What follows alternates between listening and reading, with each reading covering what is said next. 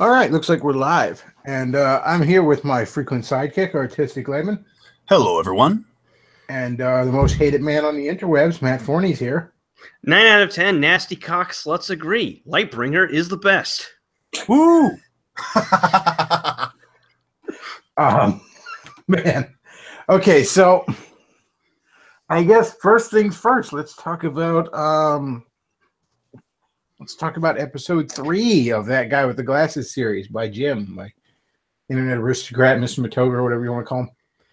So he did Linkara.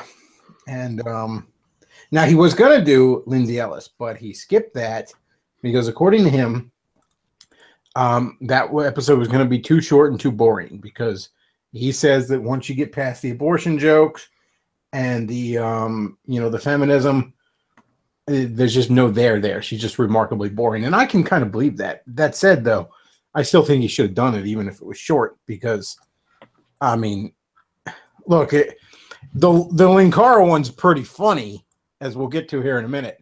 But, I mean, Linkara's almost the least of the evils of Channel Awesome, okay? He's not a pure asshole like Spoonie, and he's not pure evil like Lindsay. But there was a lot to discuss there. And first things first, his comic Lightbringer, his little web comic. I had not seen any of this. I'd heard people shit on it, but I just thought, well, maybe, I don't know. Maybe people are being too hard on it. I had never seen it. I didn't give it much thought. Jim showed quite a bit of it, and holy shit. Is it a fucking train wreck? First of all, the art alone, I don't know if Louis Linkara actually did the art himself. I assume he did. You should have gotten an artist, first of all, okay? I mean, if you can't draw, you can't draw, okay? Accept your limitations. Second of all, this was all done in paint, so his limitations were really set. I mean, look at that scene with the chair; it looks very off. I mean, this is obviously done like paint or very cheap versions of. Oh yeah, and there's no concept of perspective or anything like that. I mean. What's remarkable is how it looks almost exactly like Sonichu. In fact, the part where Medicare has a partial fade into one of Chris Chan's Sonichu covers is just brilliant. I think there was wasn't there a big crossover miniseries with Sonichu? It was the but there should have been the collector's issue right there. But one thing that really struck me, and this. I mean, look, we can all make fun of his browsing history, and I'm sure we will here soon. But this is an actual issue of hypocrisy here, real blatant hypocrisy. Back in the mid-2000s, DC did a series called Identity Crisis, and Identity Crisis is a pretty damn good read. Really, the 2000s were a pretty good decade for comics. They don't get enough credit, but both Marvel and DC did some really solid stuff through that decade. But anyways. One of the subplots in Identity Crisis was rape, specifically a rape of one of a superhero's wife had been raped by a villain. That was one of the subplots in there. Now, and it's funny because I remember at the time even seeing a bunch of mostly leftists bitching about this in the comment threads, and at the time it was kind of surprising, like why has the left become, church ladies all of a sudden? It was kind of a indicator of the coming storm we'd be dealing with down the road. But anyways, actually this might have been 07, but not the point.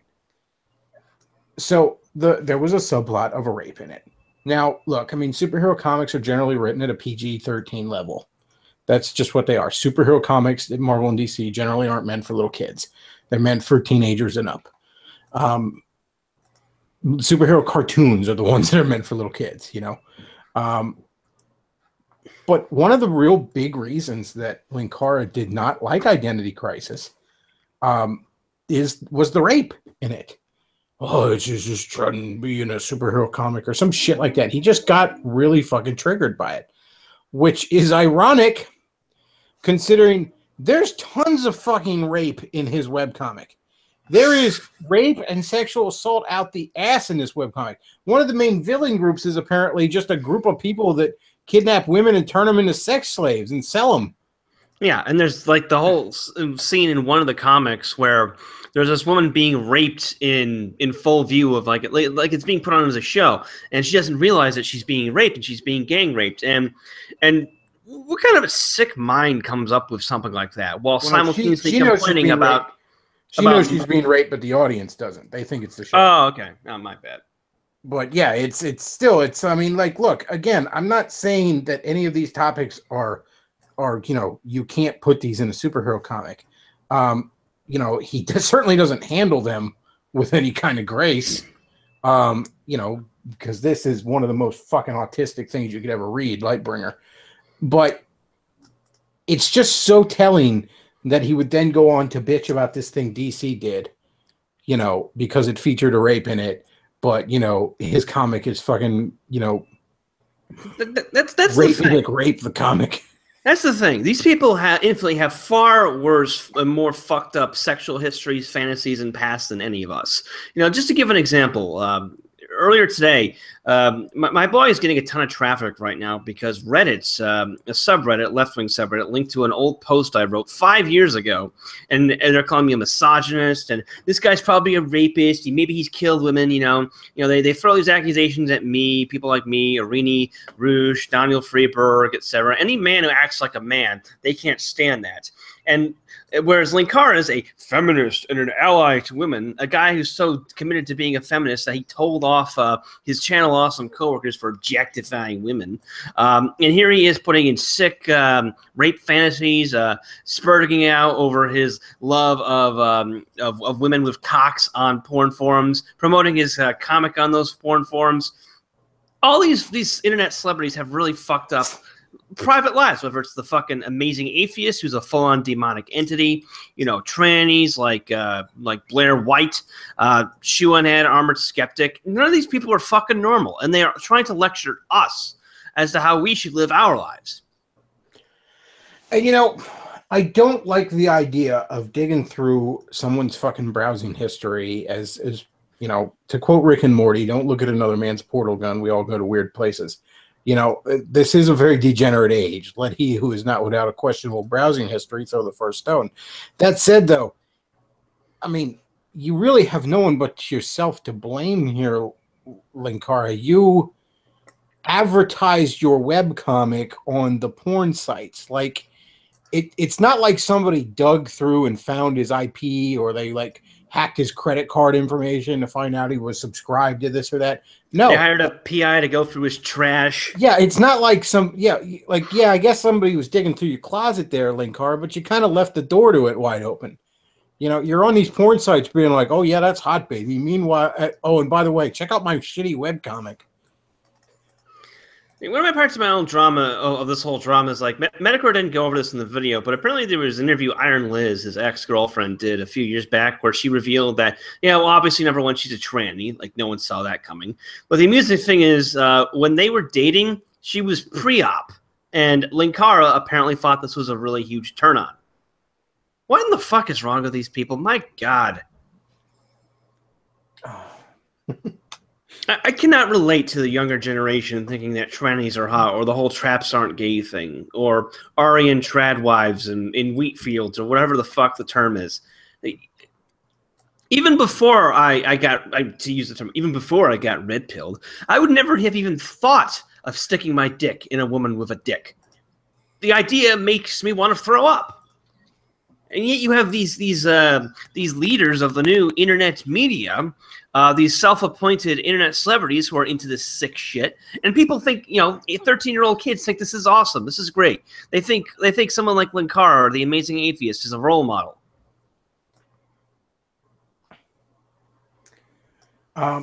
So yeah, people dug through his history on these porn sites of posting stories and whatnot, and on message boards, and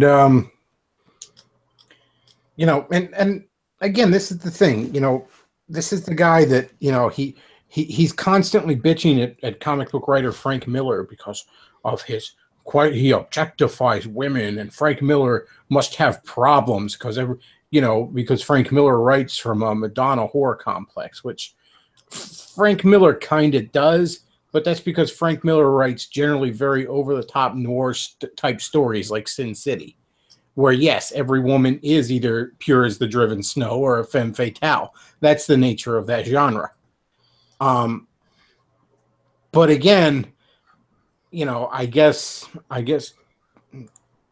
didn't have dicks, so that wasn't okay for Linkara. That's the thing about it. It's it's the hypocrisy of it that just drives me nuts. That said, though, I don't, and I mean, yeah, we're shitting on them right now. I don't have that great, a tremendous amount of ill will towards Linkara. I really don't. Yeah, it's kind of fucked up that, but in the guy's defense, he's very good with his fans. Back when I did like him, 3-4 years ago, any fan asks him to retweet something, he'll do it if he sees the tweet. He's super cool to his fans. He has a great work ethic. He puts his shit out regularly and has for years. He got Patreon pay me dollary dues to fucking make a Linkara movie, and lo and behold, he fucking made a Linkara movie. He gave his fans exactly what they fucking wanted, exactly what they paid for. That should be the bare fucking minimum of these guys, but it does make him stand out, and it is worth noting. In a world full of fucking spoonies, Linkara is good to his fans, and there's something to be said for that. And it is kind of a depressing commentary on the whole internet subculture that Linkara is one of the best people in terms of actually putting content out and holding to his obligations to his fans. Yeah. Yeah, it is sad. And don't get me wrong, there's tons of guys that haven't been around quite as long or don't have quite the same pool. Guys like The Geek Critique is a channel I like. Some call me Johnny. I really like Ant Dude. Those guys are all super great to their fans. They put out great stuff. And of course, Angry Video Game Nerd, James Rolfe. He is, the shining example among all these types of guys. That guy's basically living the American dream. But yeah, it's really telling what goes on at Channel Awesome, because it really is just a fucking mess over there. I mean, Linkara is one of the better ones.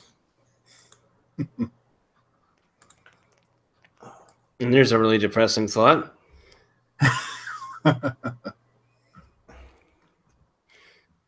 That's the other thing too. Is like they always try to psychoanalyze masculine men. It's like, well, you've got problems with women. Like I got that accusation again from these same idiots a couple days ago. Actually, this kind of ties into the drama that's been happening in the internet alt-right loony bin. Everyone's favorite sodomite, Grindr, Greg Johnson, went off on me at complete random on a podcast for 5 straight minutes, referring to me as gimpy in the span of about 20 seconds 3 times.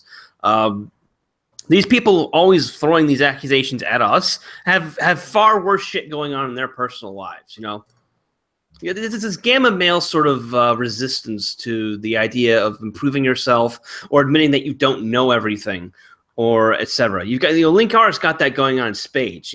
How else could you describe someone who's so fucking arrogant that he goes around policing the way his coworkers talk about women? You don't objectify her, dude. That's not cool. Well, yeah, Linkara definitely has a problem with being just a smug douche. I'm not going to debate that for a moment. I mean, I remember a couple years ago when he put out his fucking, don't use ad blocker video. There wasn't anything in that video I thought was objectionable or wrong or not 100% fucking accurate. But everything about how he portrayed it was douchey as all fuck. Because, yeah, if you want your favorite content creator who relies off of ads to continue to thrive, you should disable your ad blocker for them. That said, for fuck's sake, Linkara, you couldn't have said it in a douchier way. Or even like he did a big history of Power Rangers series, which Okay, I never gave too much of a shit about the Power Rangers.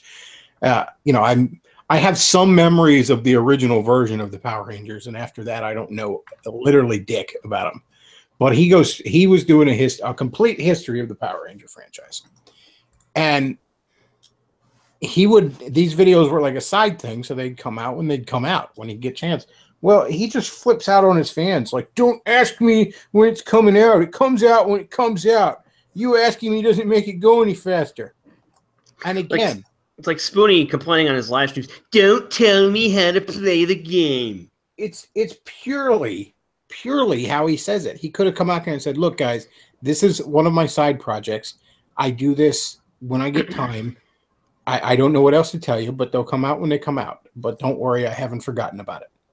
He could have said that, and that wouldn't have pissed everybody off. But sure enough, he managed to. His inherent autism gets the better of him. Yes.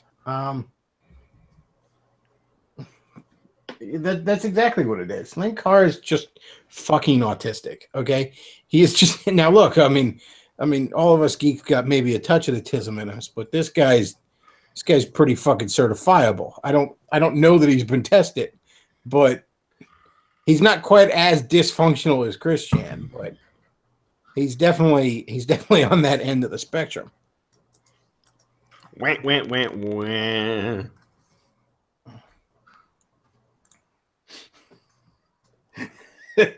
He is such a smug douche.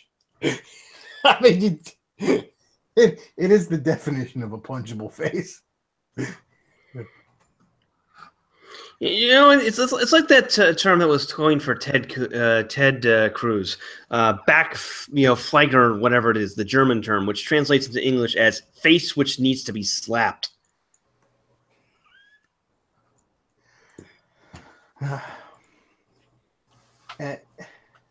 And again, you know, I said before that the biggest thing that what Channel Awesome would have benefited from was having somebody in charge who could have been an adult in the room there. And, you know, probably Brad Jones would have been the best guy there because everyone respected and liked him. And he has just enough of an asshole in him that he can lay down the law when need be. But just somebody to pull Linkara aside and say, "Hey, you need to stop being a dick to your coworkers."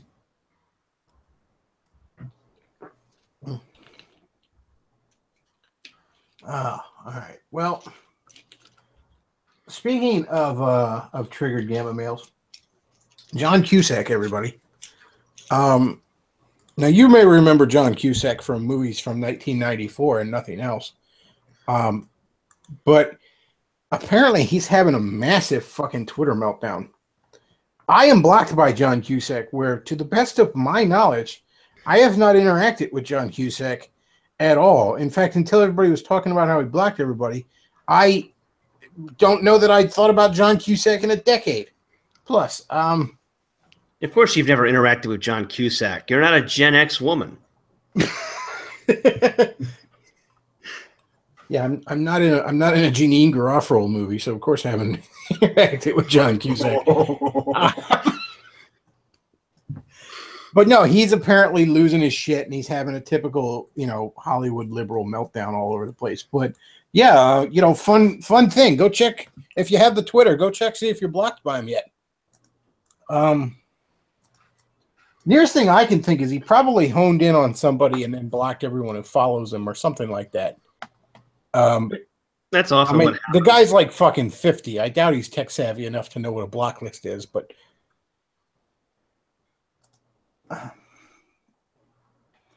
yeah, I just thought that was kind of interesting because, you know, oh yeah, John Cusack, I remember you from a long ass time ago.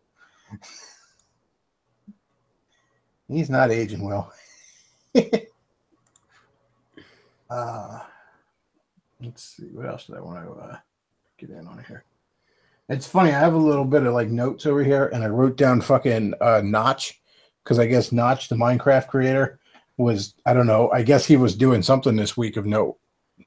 Probably triggering fucking SJWs again, but I forget what it is. So I probably should have wrote down more there. But the other thing I wanted to talk about is kind kind of the big news is Mika Brzezinski and Morning Joe, whatever the fuck the guy's last name is. They were having a feud with Trump this week because I don't know, they go after Trump, viciously every fucking morning to their audience of 9 people. And Trump just finally laid in on a Twitter rant and was talking about how her fucking face was all botched and bleeding after a facelift one time when she had come to a party with it. I don't know the exact wordings, but he went after the fucking low hanging fruit. It was like, yeah, shut up, Scarface. And and boy, did the left lose their shit. Just fucking lost their minds over it. And I mean, and he's also CNN. I wanted to talk about CNN. Okay. Yes. But yeah, he is just, everyone's like, how dare he disrespect the media and shit like that. And I'm not gonna, the honor of a woman. Yeah. I'm not going to name names, but somebody who was heavily involved in Gamergate and shall we say his libertarian left, I saw him talking about how this, from the perspective of sticking up for Mika. And I'm just like, okay, look, I realize you don't agree with Trump's policies, but you went through Gamergate. You know firsthand how vile the media is. Shouldn't his taking the fight to the media be the one thing about him you like or at least respect? Is this person who I'm thinking of? It might be, but we'll leave it at that. But the point is, this is great. This is one of the best things he can fucking do, is put the media on the defensive. Mika spent her whole fucking life in her sheltered ass little bubble to the point where nobody has ever said, "Hey, you look like shit, by the way," with your botched fucking 14 facelifts. It's not hiding the fact that you're 104, all right? And I never. So many of Trump's enemies, especially on the quote-unquote right, the conservatives, but quite a few on the left too, basically amount to being like Ted Knight's character in Caddyshack versus Rodney Dangerfield. Like, they're just like, oh, I never. Just pearl clutchers. There's not a better phrase for it. I think these people are such utter failures. And I still remember that experiment Mika Brzezinski and Joe Scarborough did about 10 years ago, where they tried to force their way into talk radio. Like, this was hilarious. They somehow landed a syndicated radio slot on WABC in New York City, as well as having their show syndicated by ABC radio networks. The show lasted less than a year because they were trying to market it as, remember that era when Obama was elected and all the conservatives were the conservatives were trying to suck up to him. You had your Chris Buckley's, your Michael Smirkanish's. They were doing that same thing. They were like, we're not all about hate. We're not about being divisive. We're not about, we're about building bridges, not hating on the left or blah, blah, blah. Their radio show failed less than a year later, and they were so embarrassed by its rapid failure, they couldn't even admit that they were being canceled because they sucked. They were all like, well, we're going to come back, but we're going to debut with a 3-hour show, and it's going to be even better, and our numbers were great. One of the greatest moments in that whole history was when Don Imus just completely ripped into him on his show. It was like, no, he said straight up, no, you guys canceled because you suck, because you got no ratings, and this 3-hour show, you're never good. There's nowhere to play it because there's only 2 hours between my show and Rush's. So yeah, they fucking deserve it. Trump is doing the exact thing that everyone wants a person in power to do, which is to make fun of these people and deflate them because they're so fucking full of themselves. The media think they're fucking gods. The fifth estate, the ones who control information, they need to be slapped around, and Trump is the ideal person to do so. Well, Joe Scarborough is the definition of a conservative, because this is a guy who wants nothing more than to be the fucking generals to the left's globetrotters, all right? He just wants to be the guy that loses all the time for the stage show. That guy, first of all, he's apparently married or engaged to Mika. That is apparently a thing. And he left his wife for this woman, apparently. Seriously? So much for marriage meaning something on the right, but also like you left your life for that woman. What the fuck did your wife look like? Because I mean, Joe, you are a prettier woman than Mika Brzezinski. Okay, I'm pretty sure with the right amount of makeup and a wig, you would look like a prettier woman than Mika Brzezinski. Okay, I'm not sure if this is the right one, but I think I found a picture of her. Let me see. Hang on. Huh.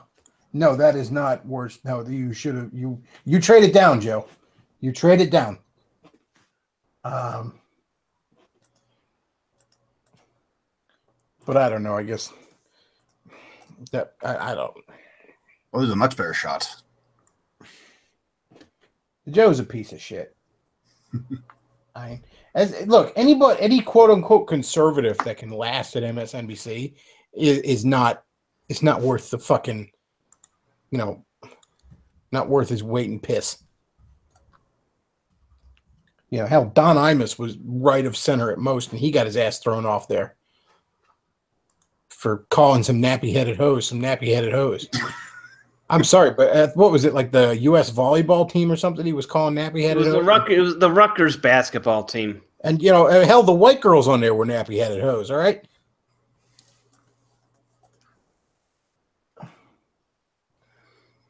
I still remember that, and it amazed me how that actually resulted in him getting fired from his job. I mean, by the way it's described, like the dude is a shock jock. His job is to shock people and say stupid shit like that. You're going to fire him for doing his job correctly? To be perfectly honest, I don't find that the phrase nappy-headed hose to be terribly offensive. I mean, we're talking about a guy who used to have a sports reporter who talked about how Palestinians had to be nuked. And who also compared Serena and Venus Williams and said they should be in National Geographic instead of Sports Illustrated. Well, those are two ugly-ass fucking women. That is true. Getting around to that. I mean, those are some hideous fucking... Like, one of these fucking shit-lib sites actually, like, photoshops... I don't know which ones. I think Serena. I don't know if it was Thing 1 or Thing 2, but let's say it was Serena. Photoshopped her into a Wonder Woman costume for some stupid-ass liberal bullshit point they were trying to make. And I just commented under it like, why is that black dude dressed like Wonder Woman? Oh. Everybody went fucking ape shit. I just, like, jumped on me, and I'm just laughing like, fuck you. You know she ain't look good.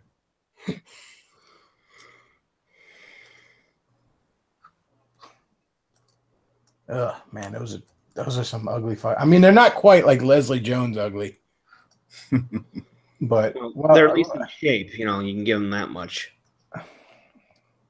Yeah, their bodies at least vaguely resemble a woman's. Emphasis on vaguely. So yeah, and then CNN. That's the other thing I want to talk about. Speaking of the media imploding, CNN has been caught on tape here in the last couple weeks. Admitting that the Russian narrative is bullshit, that they do it for ratings and because they hate Trump, and Project Versatiles, I think it is. Veritas. Thank you. I knew I was pronouncing that wrong. They've done a ton of good reporting on it. I highly recommend checking out the videos if you haven't already. But it's caused a lot of problems for CNN. CNN is I mean, think about it. CNN's had to fire a few people here recently. They had to fire fucking Kathy Griffin. Now, yeah, that's just their New Year's show, but still. They had to fire the fucking cannibal dude that was eating brains on TV.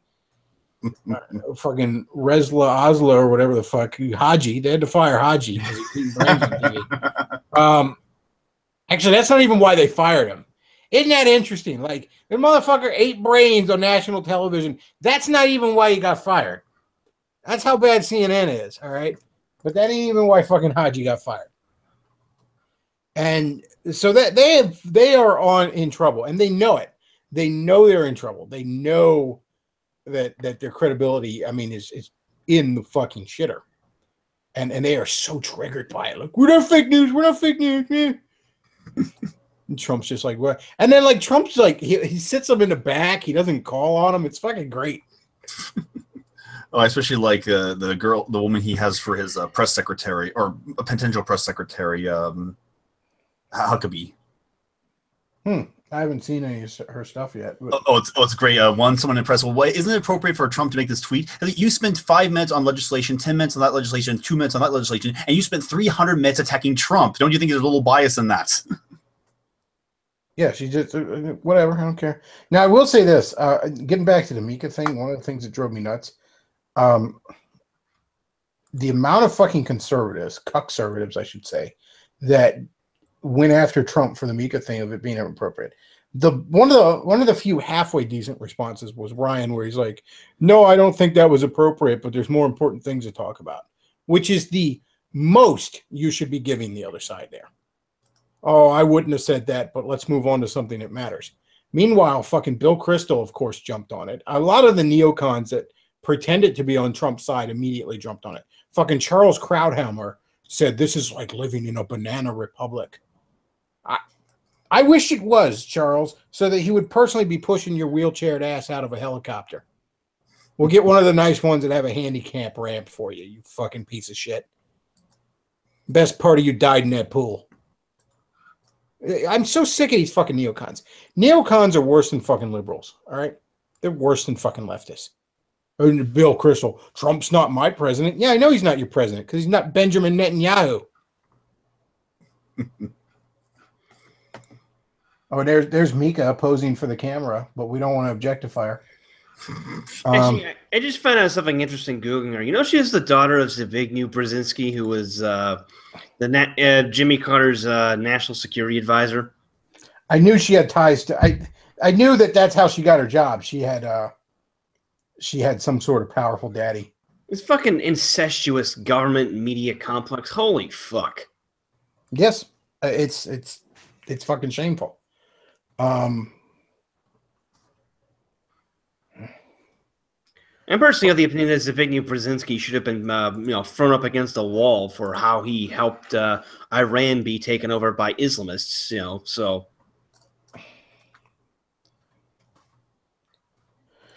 All right. Well, moving on. Something caught my eye in the recent weeks, and Retron's putting out a new system to play Atari 2600 games, and because, I mean, if you have an Atari 2600 is fucking 40 years old this year. So, yeah, they feel old right there. But it can be difficult to hook up to modern TVs. Now, don't get me wrong, a lot of the older systems are, but especially for that one. And I was kind of tempted to get it. I mean, not immediately, because right now I got to watch my money and stuff. But it was something I kind of had on the radar. I was like, I might pick that up because, it's a cute little system. It's actually, they put fake wood paneling on it and everything. And Retron's a good company. They do a lot of good stuff. I have a few things by them. I have I have some Hyperkin stuff. Never mind. But I have two little things that I have a little portable thing that plays NES games, and I have a little portable thing that plays Super Nintendo games. But I think they're both Hyperkin. But anyways, I was kind of thinking about getting it because I've never had a 2600. I've only played, as a kid, I played a little bit of it at like an older cousin's house, and as an adult, I think I played a little bit of it at some of the retro game stores I have. It's free to play. But the more I was thinking about it, I have to wonder if this is my own bias or not. I don't think Atari 2600 games, for the most part, are fucking worth your time. Now, that could be my bias because I grew up with an NES. That was my first system. So Atari 2600 is before my time. That said, though, like, it looks like all the games on it are either usually just pure shit. Like, everyone says E.T. is the worst game ever. No, it's not even the worst game on that fucking system. Or really lame and sometimes broken ports of arcade games. Like, there's an actual port of Pac-Man on the Atari 2600. And first of all, it's complete ass. But part of the reason it's ass is because when they got the rights finally, somebody did basically a proof of concept and a demo at fucking Atari. Like, okay, this is what I got so far. And the head of Atari was like, "That's good, put it out." And in fact, they made something like 2 million more Pac-Man games than they had even sold Ataris, because they were so banking on this, selling more Ataris. But the only games I think I would want for it are there's a Spider-Man game for it that I believe is Marvel's first video game, so that's kind of interesting. And there's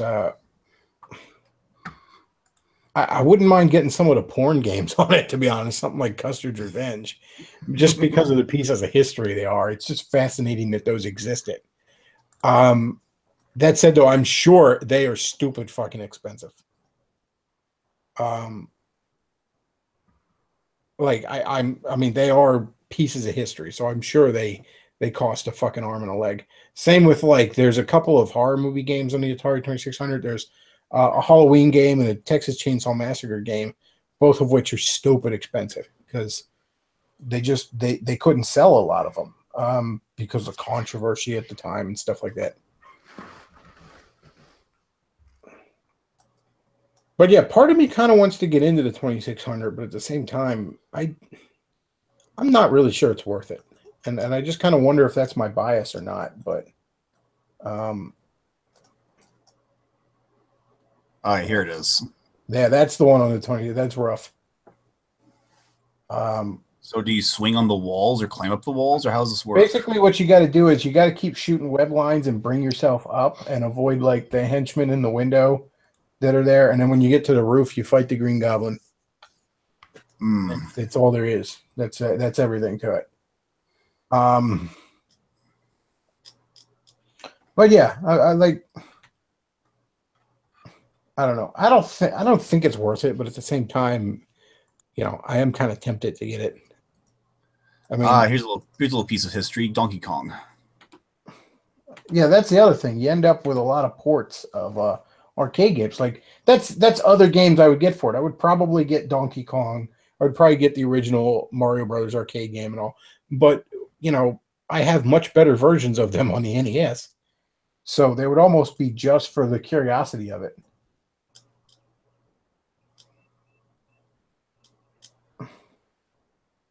I get, I mean, a lot of guys argue up and down that, oh no, it's classic. They, and I don't see it. Don't get me wrong, there's certainly NES games that aged poorly, but it seems like you could set a little kid down in front of Mario 3 or Contra or, any of the Mega Man games on the NES, and they could probably get into it, I don't see it that with Atari. Atari seems more like a, bit of history than actually still playable games. But yeah, it was kind of it's something I've been kicking around because my knee-jerker's reaction is oh, I don't want it, no, other than just the the curiosity of it. But then I'm like, am I being unfair to it? You know what I mean? Is it just because it's before my time? But yeah, a lot of the games just look like shit. It was gaming was dreadful before the NES. Oh yeah, I actually had a friend of a family who actually had an Atari, and this was the kind of games I grew up on. Well, when I wasn't playing Nintendo, I was playing these. What was that one game? What's the jungle one? Pitfall. That's it. Pitfall is probably one of the ones that have aged the best on the Atari. But again, I mean, I actually wouldn't mind playing Pitfall. That's one of the ones I would like to get if I got an Atari. But yeah, it'd truly just be a case of getting it just to oh look, I got Atari games too. So. Oh, and here's a Star Wars game where you fly around as a flyer trying to take down the walkers. Yep.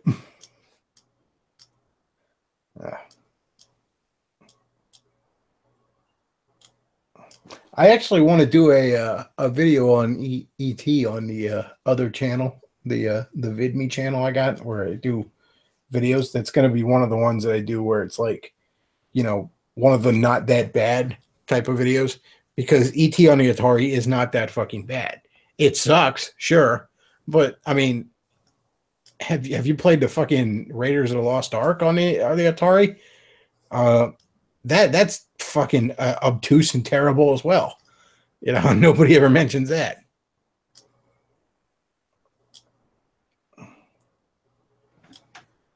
I don't know. I'm tempted to get it, but at the same time, I realized, like, you know, I'd probably just have it for a little while, and that'd be the end of it. Yeah, it's a piece of archaeology. It's a piece of archaeology by today's standards. It's just a matter of, oh, this is what games were like back then. Yeah, it's almost more just a curiosity of it, you know. Again, I've only played a little bit of it, but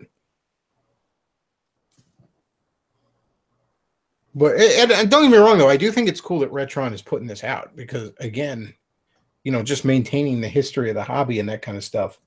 You know, Ataris are pretty difficult anymore to hook up to modern TVs, and that's only going to get worse as time goes on.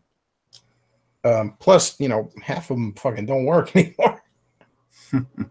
So, yeah, I do think it's cool that, but that's the other reason I don't know that I'd get it.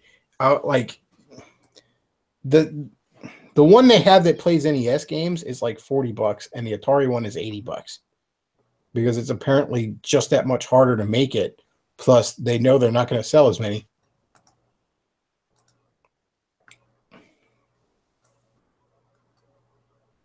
And again, some of the ones I'd want, they just like Custer's Revenge. I would love to get Custer's Revenge, but I am not paying more than. I don't even know how much it runs. I'm sure it's more than I'd ever be willing to pay for an Atari 2600 game. You know, because that's a piece of history right there.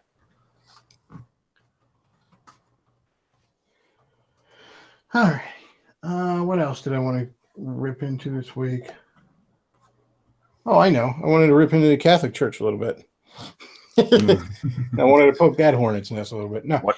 Here comes the Protestant rage, everyone. Yeah, the Protestant rage. Brace yourselves. I'm going to be counter signaling. You know, or as adults call it, disagreeing. Go Kurt Spiral. Okay, so this week on Twitter, this was a fun exchange I had. So this week on Twitter, I had seen this article, and it was, I'd have to put it in front of me again, but it was something like it was talking about the huge problem of pedophilia the Catholic Church has within its ranks. A huge, huge problem. Okay, huge with a Y, as Trump would say. And according to this article, it was estimating something like 50% of the fucking ordained priests were homos. 50.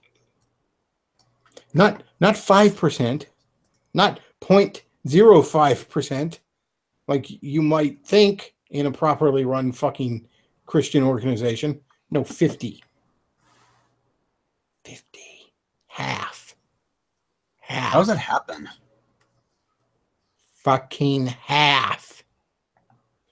Yeah, how does that happen? How did you so I posted the article, right? And I don't know, some Catholic that, and I apparently follow him too, but he was all like, "Oh, Protestant rage." And I'm like, you know, look at this. Look at this.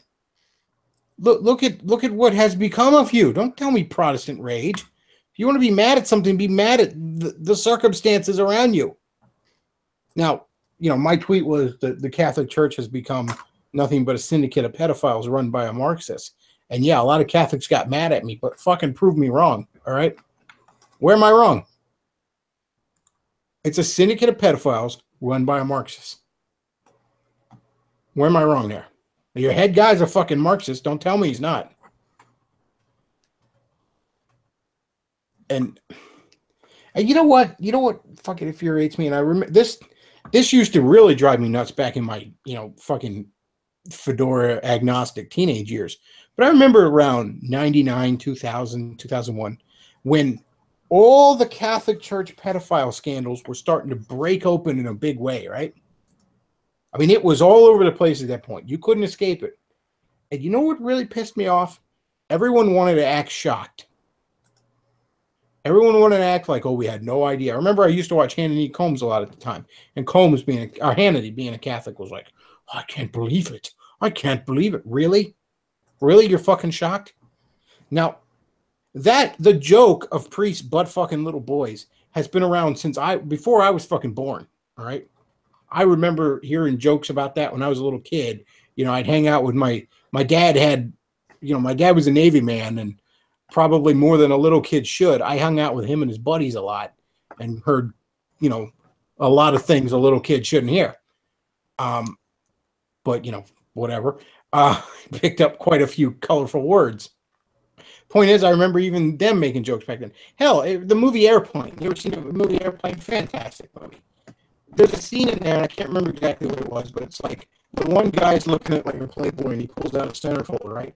And the priest is reading Boy's Life, and he pulls out a centerfold. Because like, everybody's known about this shit for decades and decades and decades. I think you're going robots. Am I? Oh. Sorry. Hang on. Yeah, and well, for me, the first like real explosion for the whole pedophilia in the Catholic Church was a documentary called "Deliver Us from Evil," and obviously the documentary has a certain bias to it. Well, actually, it's not really biased; it's just not as biased as something could be, or as that movie that came out recently. Matt, do you remember that movie that came out? Oh, Matt's not here. Yeah, I'm right here. What movie?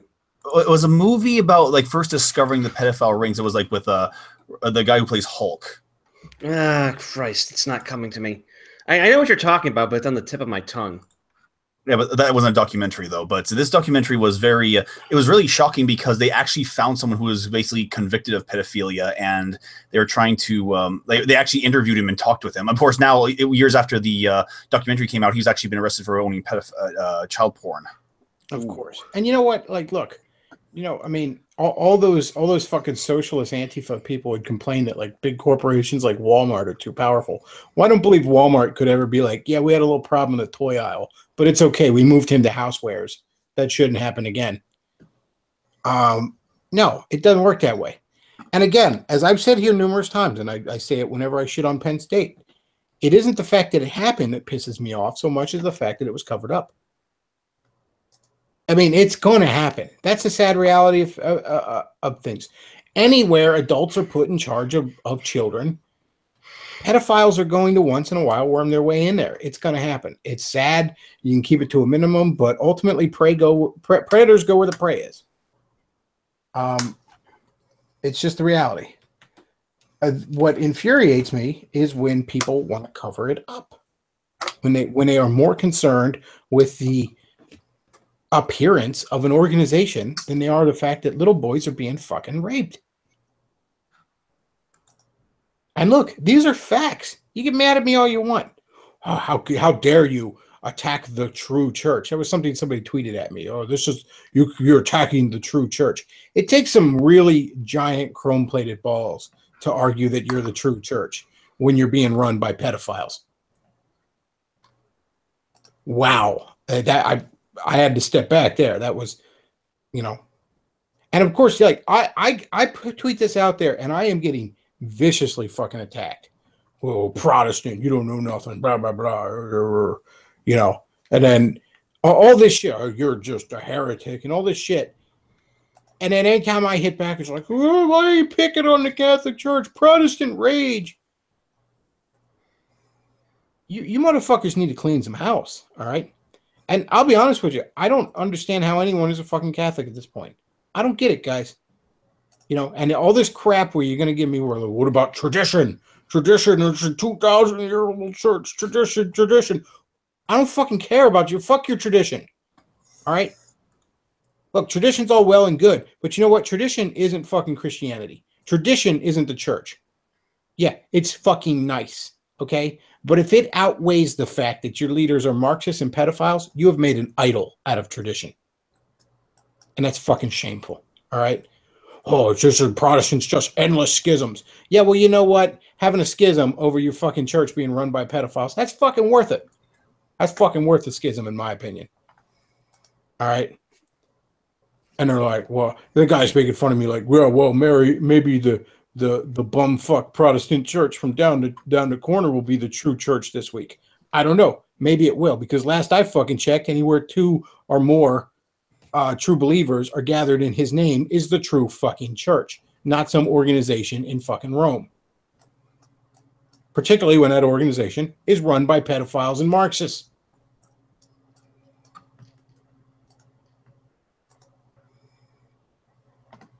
Now, yeah, I know I got a lot of fucking Catholic fans, and I know this is probably pissing them off.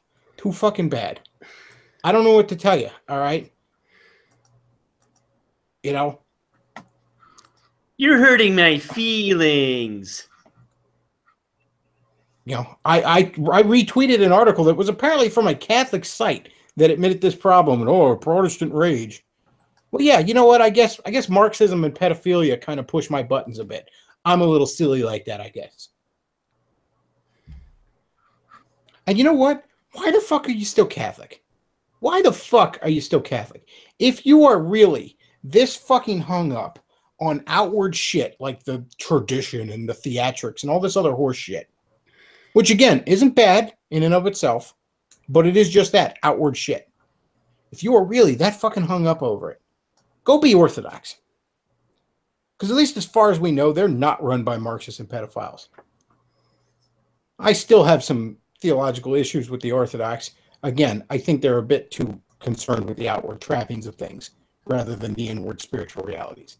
That said, though, I have a tremendous amount of respect for the Orthodox Church. I'm glad the Orthodox Church exists. They help keep certain traditions alive within the greater body of Christianity, even if they do rely way too much on them. I'm glad the Orthodox Church exists. The Orthodox Church are my brothers. I don't see that I can say this anymore to the Catholic Church. And again, there's plenty of individual Catholics I love and respect. But the Catholic Church as an organization, the only reason I wouldn't be happy to see them in ruins at this point is because I fear Islam would fill the void. Yeah. Other than that, frankly, in my opinion, the best thing that could happen to Europe would be if one of those goat fuckers fucking nukes the Vatican. It'd be a shame to lose all that art. But other than that, that might fucking wake up Europe. And, I don't care if a lot of fucking pedophiles die in a nuclear fire. The amusing thing is that whole sections of the church would probably just go on fine without the Vatican. They basically already are, at least in Eastern Europe.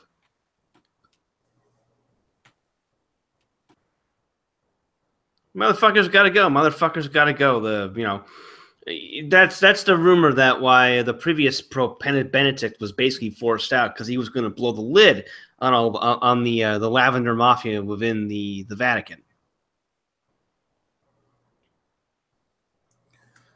And it's also really unusual that he just was released, because that's never happened in my lifetime. Or like, when was the last time do you know when that happened last time? When a Pope just walks away?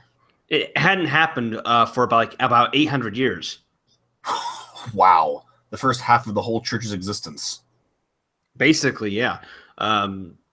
Or no, second half. Oh, good. And it's worth remembering that Benedict was absolutely despised by the same people who are praising Pope communist now, because Benedict was a conservative and he was going to resist the tides of change and blah blah blah.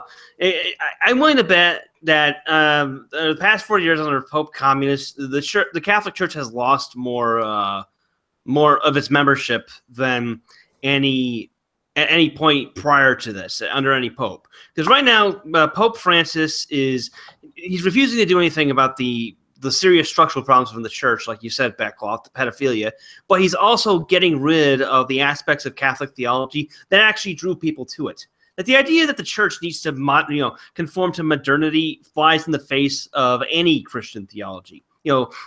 God is supposed to be the rock upon which our world and our race is set. You don't change God's word, the reinterpretation of God's word, just because the tastes change. It's the whole point is that it's supposed to be something that's unchanging, something to obey and believe in. So this idea that the church needs to modernize to attract people back in, that almost always leads to the church collapsing. That's where you see the mainline Protestant denominations, like the Anglicans, are collapsing for the same fucking reason. When you completely get rid of the only thing that was bringing people in, shocker, if the church is just going to be as degenerate as mainstream society, then why even bother going to church? Yeah, why the hell get up early on Sunday morning? Why not just sleep in if that's going to be how your church is? Oh, we got to get with the times. Well, what you mean we should have a guitar in the worship service? Sure, I guess. What, you mean we should change what Christianity is? Hell no.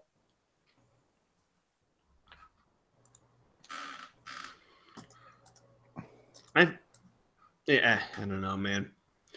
The Catholic Church is not going to survive the century in its current form if this keeps going on. You know, don't get me wrong, and this is something. The Catholic Church survived for a long time. Yeah, well, whoopie jack shit.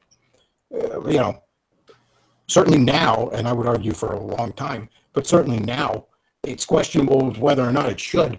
But I have no doubt that the Catholic Church will continue to shamble on as the soulless ghoul that it is right now.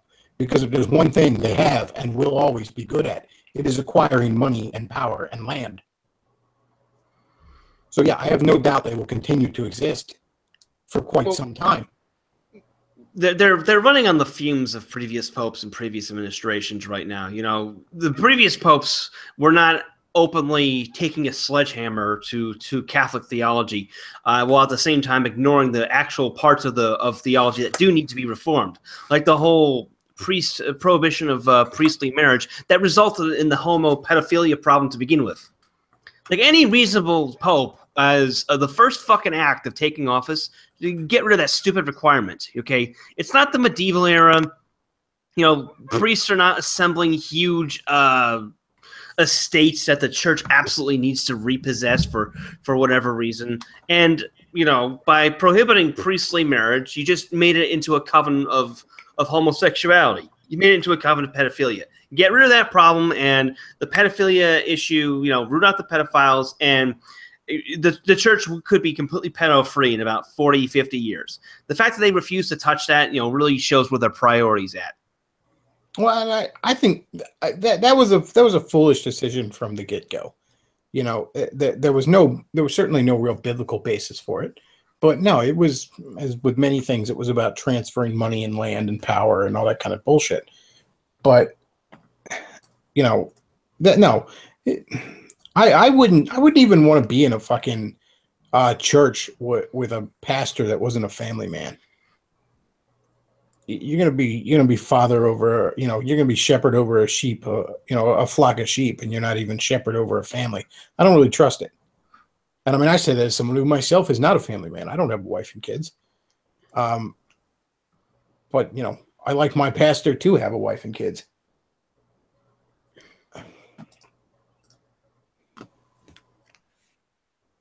And you know what? A man, you know, men need to fuck.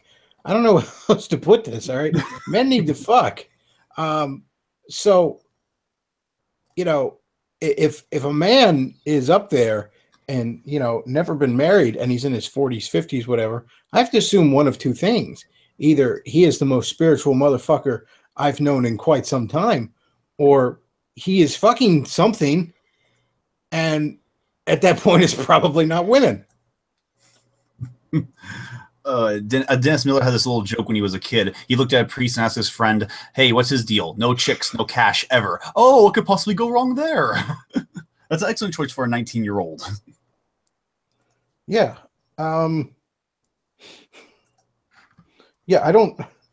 Well, he's been a virgin his whole life. Well, I'm not particularly sure I trust a 40-year-old virgin. Again, 9 times out of 10, something's fucked up going on there. In fact, decades ago, there were tons of people that actually kind of tried to force tons of religious families would try and force their gay sons into the priesthood because that would keep them away from the homosexuality. Well, it didn't pan out that way, did it? Yeah, it just turned the seminaries into gigantic bathhouses. Oh. Same thing with the nuns. You know, God knows how many lesbians ended up going into the nunnery and turning the nunnery into a gigantic carpet munching fest. Shit, you almost can't blame them. It's like shooting fish in a barrel. Wow. I mean, you tell a lesbian you're going to go have to live with a bunch of women for the rest of your life. And you won't be allowed to marry, and you won't be allowed to have kids. And he's like, "What? That's a punishment? Sign me the fuck up." Gee, I wonder why these institutions that ignore human nature turned out to be disasters. Oh, that actually reminds me of a little comic book that's based on that. You ever heard this comic book called Borgia, which is based on the Pope? I have not heard of that. No. Well, by the artist, these artists are more familiar with like heavy metal, you know, the whole comic book with very voluptuous characters. And this book goes out. This comic series goes out of its way to make the Pope or the institution looks as debauched as humanly possible. Like this current Pope, the one that's sitting down, he basically uses every means of corruption and manipulation. And whenever they're not talking politics or engaged in some sort of sexual activity. You know, that's another defense I keep hearing. We've had evil popes before, and they go through all these terrible things other popes have done. I'm like, that's not really helping your case. I mean, it's always been shitty. Isn't exactly much of a defense.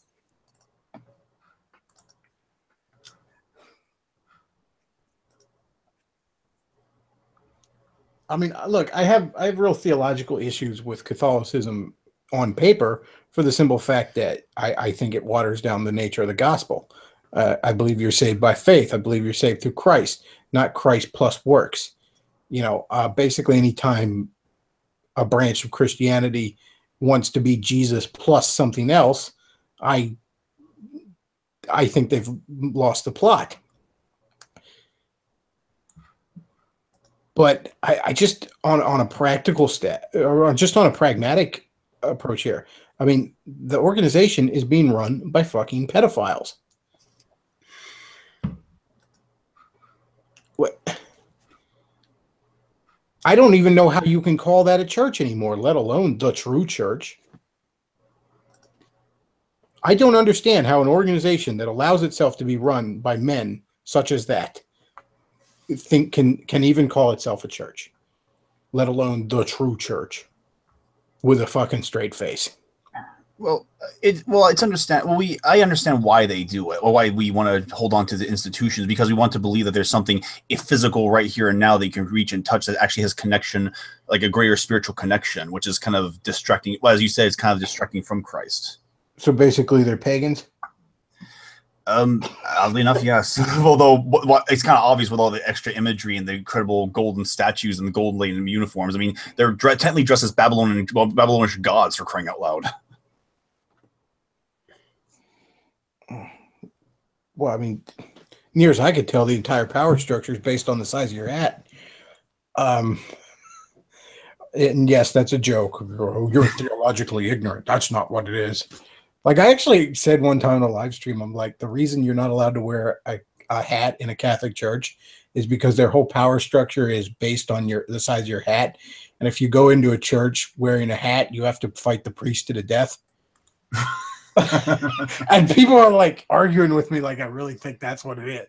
Like I could walk into the Vatican with a sombrero and then me and the Pope have to fucking duel pistols at dawn. They play that Star Trek song when Kirk and Spock are fighting.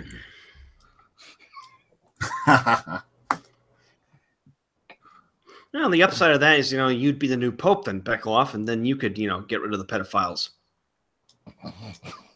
We're going to have a purging fire, literally. Yes, yeah. I joked on your Twitter that the rainbow was originally a symbol of God's promise he would never flood the world. Well, okay, with water. Okay, let's flood the earth with fire then. Get some rainbow flags and burn them for the next Pride Month. It's pretty. Is it before or after we add the black and the brown with the colors coming off of them? I remember a comedian one time where he's like, I like rainbows, but I'm not gay. And then he goes, it was pretty selfish of one group of people to just take refracted light. Yeah, I mean, they had to add the black and the brown stripes. Brown represents shit, and black represents the unending black hole that is their souls.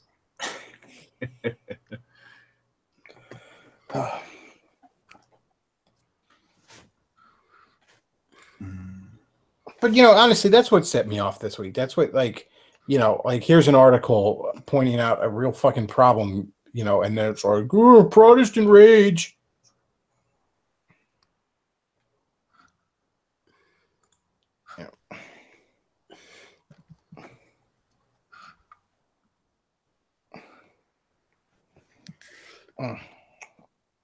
No.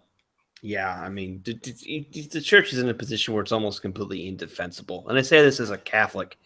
And as a Catholic chauvinist, even though I'm not really good about going to church, no one can defend the Pope or the fucking, the syndicate of pedophiles that are running the Vatican right now. And the nice thing we can say is that, like I said, the churches out here in Eastern Europe, anyway, are just basically autonomous. The only reason they haven't overtly tried to, get rid of the Pope is because it's like a marriage between two people who hate each other, but they're like, getting divorced would be like all this effort. We have to file paperwork. We might have to miss Breaking Bad. So they just sit around and sleep in separate beds and kind of try to ignore each other. Yeah, to give an example of that, there's actually an entity out in Western Ukraine, not far from where I am right now, called the Greek Catholic Church, which is basically practice-wise an Orthodox church, but they're in communion with Rome. And the reason why this is because back around the time of the schism, this church, Western Ukraine, is historically where the Orthodox and the Catholic worlds intersected. That part of the country used to be part of Poland. The heads of the churches said, all right, Pope, we're fine with staying in communion with you, being officially part of the Catholic Church, but you gotta, basically let us do what we want. Priests can marry, let us keep our traditions. And the Pope agreed to it because, market share. So I see realistically that's the future for a lot of independent, dioceses of the Catholic Church. They'll officially acknowledge the Pope's authority, but they won't actually listen or obey anything he says. And in the event that he does try to assert authority over these groups, there will be a formal schism, because I know for a fact that the people out here, they aren't fond of pedos, and they sure as fuck aren't fond of homos. So. Well, see, there's two things that brings. Now, don't get me wrong. I'm glad they're doing that, at least to some extent, because, then maybe they are a real church by some measure. But there's two problems I have with that. Number one, why do you even have a pope? I mean, this is the two-sided argument I keep hearing, and it just doesn't add up to me. It's like we have to have a pope, but it's okay. We can ignore the pope. I mean, I'm not really sure how that jives. I mean, why don't you just be Orthodox then? Why do you even want to be in communion with Rome? Rome is a cesspool, all right? Rome is a fucking septic tank. The Vatican is a fucking open sewer pipe. Why do you want to be in communion with it? I don't know, I'm not particularly wedded to the idea of a pope, and that probably makes me a really bad Catholic. But if this is the best they can come up with, the church should probably just be wound down as soon as possible. I mean, I keep hearing we have to have a pope because it preserves tradition. I mean, again, the Orthodox have done a pretty amazing job preserving tradition for hundreds of years without the benefit of having a pope. The Pope preserves tradition, the same Pope that forced Vatican II on everyone. I mean, if you want to try and tell me that, we have to have a pope, but it doesn't matter what the pope says, you might as well make a little raccoon pope or something. He just sits there with a pope hat, kind of tied to his head, and he sits there eating grapes instead of giving an address. I mean, that would at least be adorable. And I'm pretty sure a raccoon wouldn't promote Marxism. It's like, I can't actually believe I'm saying this. I think I said this off air, but when I was a kid, I went to a Catholic school, and when I was in high school, I was going through a neocon phase, and I really didn't like Pope John Paul II because I thought he was a left-wing pansy. I'm looking back on Pope John Paul II with fondness now. That was Pope John Paul II and Benedict was the fucking golden age of modern Catholicism. It's just downhill from there. Oh yeah, I had a good amount of respect for Pope John Paul II. Again, I was never in that neocon phase, and so his critiques of things like the Iraq War didn't bother me. In fact, I rather liked it. And I keep forgetting the other pope was even there. I mean, he was so short-lived. I keep forgetting there was something between John Paul and Francis. But I mean, again, it sounds like the Pope's your fucking team mascot or something. The way you're just no, we can ignore him. You can ignore him. He's a fucking Pope. The best solution. I don't think I mentioned this already, but there was the first Pope John Paul was only Pope for about a month in 1978. And the general consensus is that he was going to blow the lid on the pedophilia back in 1978, so the Lavender Mafia had him assassinated. Which would probably explain why why Benedict was forced to resign. Because sort of like how Kennedy was assassinated, you know, the powers that be thought they could only get away with it once. Well, that's the thing. I mean, you know, that's the rumor with the last guy, that he was forced out because he was going to blow the lid on all this shit. And I mean, yeah, and I'd heard that before, and that kind of really takes the piss out of the argument of, don't worry, we're going to get this all reformed from within. I don't really think you are. It won't get reformed until churches officially start breaking away, which will happen if there's when this little detente between the Vatican and the individual churches starts splitting apart. For all I know, that could happen soon. But then again, you know, it's been going on for a while now and without any change. So who knows?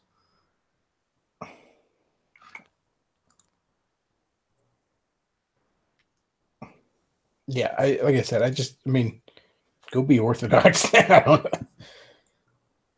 know. I just don't see the point of it. I can't imagine looking at a man like Francis and thinking, oh, that's the vicar of Christ or anything along those lines. I don't even believe that man is saved. Now, I hesitate to say that with any definitiveness because, that's not for me to judge, but Pope Francis? More like anti-Pope Francis, am I right?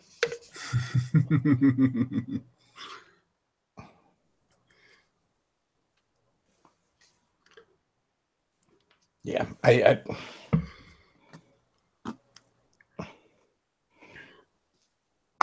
Yeah, it's depressing too because okay, I don't have any animus towards Protestants or something, but part of my attachment to the Catholic Church is like aesthetics. The idea of a church being where you listen to fucking rock songs, talking about the glory of Jesus, I just can't get into that in a basement somewhere. I'm sorry, it just doesn't appeal to me. And well, if that's the future of Christianity, it beats the fuck out of pedophilia. But Jesus. See, I'm just the opposite. And don't get me wrong, I like the aesthetics of the old style churches, but they are just that. They're aesthetics. They're style.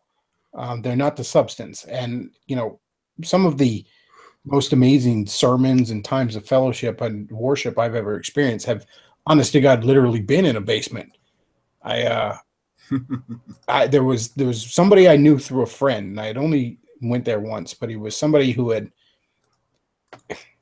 he basically had been, from what I understood, he just resigned at his church because his church went to shit. And you don't attach your name to a church that's gone to shit, which is kind of my point I was making earlier. But he resigned, but like his small group that he was hosting, he was like one of the assistant pastors, they just kept showing up to his house for the small group, right? And it ended up growing to the point where like I would gone with a friend to where there were like 20 people hanging out, and he had this really huge furnished basement and shit. And it was basically a church service every Wednesday night that he, basically, the guy basically couldn't get out of. And that was one of the most amazing church services I'd ever been to in my life. The outward trappings are just that. They're outward trappings. And that's something I see with a lot of the alt-right folks, especially the Catholics. It's that they're very hung up on the outward trappings. And there's nothing wrong with preferences. There's nothing wrong with that being your thing. Different. I'm all for, different churches. There's a sort of local rule when it comes to style. Different churches do their different things. Because to me, it's not a big deal one way or another. I don't care if they're up there with a guitar or a big old fancy organ. It doesn't really bother me one way or another. Why a horse that's Pope? I just saw that picture. That would be a better Pope. And he has good company. Yeah, a symbol of you can actually get the whole Deus vote thing going.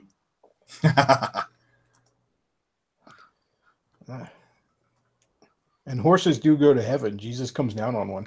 So, indeed. But yeah, I can understand really liking the old style aesthetics, especially these days. There's less and less of that, but it's just that. It's a style thing. In fact, to some extent, and I was having an argument about this too, because I was, talking about that people get too hung up on church archaeology or architecture. One of the things I really like with a lot of the non-denominational churches, I find it actually really beautiful when I think about it, is I see tons of churches that are basically being run out of abandoned storefronts, as the retail apocalypse descends upon us all. And that's a whole different topic. But, these churches just convert these storefronts into churches. And I rather like that because that speaks to the nature of Christianity. You don't need to build a new building. You take what's already lost and you redeem it. That's something I find very beautiful, really, to see that popping up all over the place. And I realize a lot of people needs the steeples and the, stained glass windows and all that stuff. It doesn't need any of that stuff. I find that the first Christians, they didn't have the obviously the huge structures because they couldn't, because it was illegal in the Roman Empire. So their assemblies were in like friends' basements and stuff like that. The best place was the catacombs of the dead, because no one goes in those. And don't get me wrong, the old style, especially when you go to a city, a major city, the old style churches that you see, they're gorgeous. They're absolutely gorgeous, but they're basically whitewashed tombs at this point because so many of them are dead inside. And meanwhile, the little church in a former storefront is the one that's actually spiritually alive. That's a very big coffin I got here. Yeah, no shit. I'm sure Joel Osteen's building looks really pretty. Buy your way out of hell with that money, buddy. Here's a nice little angle of it. You can see the entire inside. Jeez.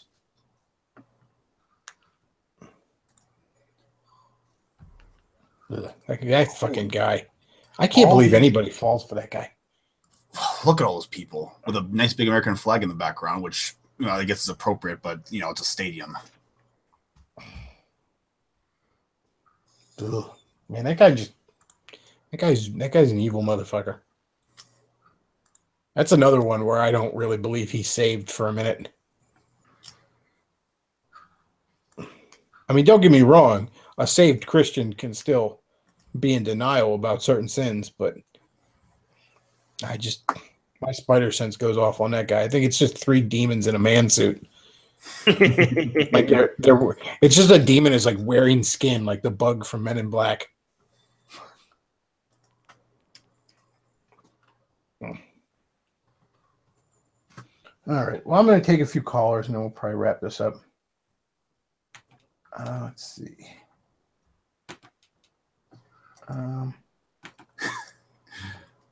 Okay, Davis.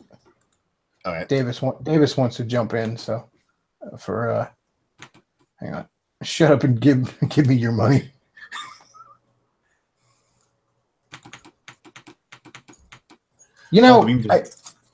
I one time I was going to a church when they were one of the churches I was at, they were teaching through the the policies of tithing and stuff like that, And one of the things the pastor said, and it's almost a shame that he had to say it, but the pastor at the time, he got up there and he almost had like this disclaimer where he's like, so I got to talk about tithing.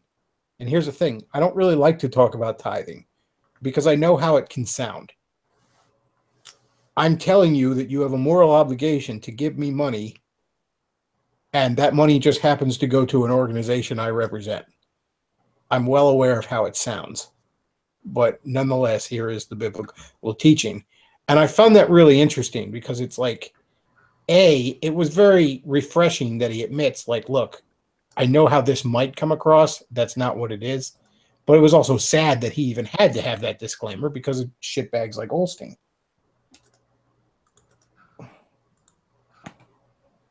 Hey, how's it going? Hey, what's up, Davis? Well, I want to start off by backing you, because you said you're getting a lot of shit from Catholics, and by the way, that's clear demonic possession on that guy. If you can't see that guy's demonically possessed, then I don't know what the hell is wrong with Well, him. again, I don't even think he's alive anymore. I think a demon is just wearing his skin, like the Men in Black alien. I mean, honestly, Hillary Clinton Looks is like the Joker. Hey, Hollywood, next time you need to cast the Joker, see if Holstein's available. He'll do anything for $1. on the plus side. That'd be classier than having a Joker with grills. Yeah. Anyway, here's what I wanted to say. Is, you know what? If you are criticizing Bechtloff for valid critiques of the Catholic Church, then you're a Catholic in name only. It's a damn social club for you. You don't take any of this shit seriously whatsoever, and you are the problem with the Catholic Church. I mean, listen, the Bechtloffs, what are you, a Baptist or something? More or less. Okay. I am an evangelical minus the literal creationism and Israel fetish. All right. Well, I could. There is so much to criticize theologically about Baptists, but you know what the funny thing is?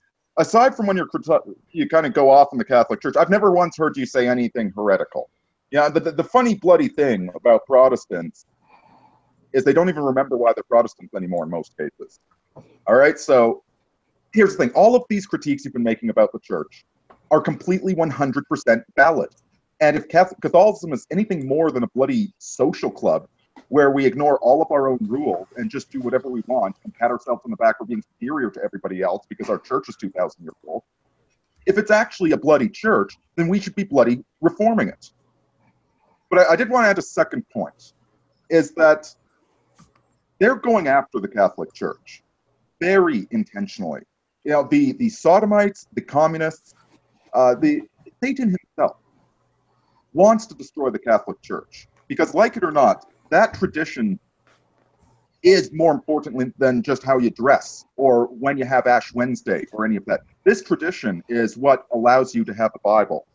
This tradition is what establishes what communion is. This tradition is Christianity itself. You eliminate the tradition, and all of a sudden, you can translate the Bible however the hell you want it. And I mean, right now, I'll confess, you know, the sad thing is that you Protestants have a better translation of the Bible, that piece of filth that they released 20 years ago for us Catholics. I think there's a new one, but I haven't studied it yet. If you can translate the Bible however the hell you want, and if anybody can form their own bloody church, all of a sudden, it's nothing but feel-good Christianity. It's going to be the mass market capitalist form of Christianity, which is precisely what Joel Osteen is. The reason they're attacking the Catholic Church is because, as flawed as that institution is, if you make it completely free market, if you go completely anarcho-capitalist, you don't get freedom. You get Joel Osteen. You get the corporate nightmare where all of a sudden they are covering up and everything's mercenary armies, and you better get along, goy. You get slay industry when you go completely anarcho-capitalist. You know, you don't get freedom, you get a worse form of tyranny. You know, when you take a multi-spectrum antibiotic, you wind up dying from some disease we've never freaking heard of because all the bugs inside of you kept you safe from it. So I just want to point that out. That's why they're going after the Catholics, is because that is the, like it or not, that is the historical core of Christianity.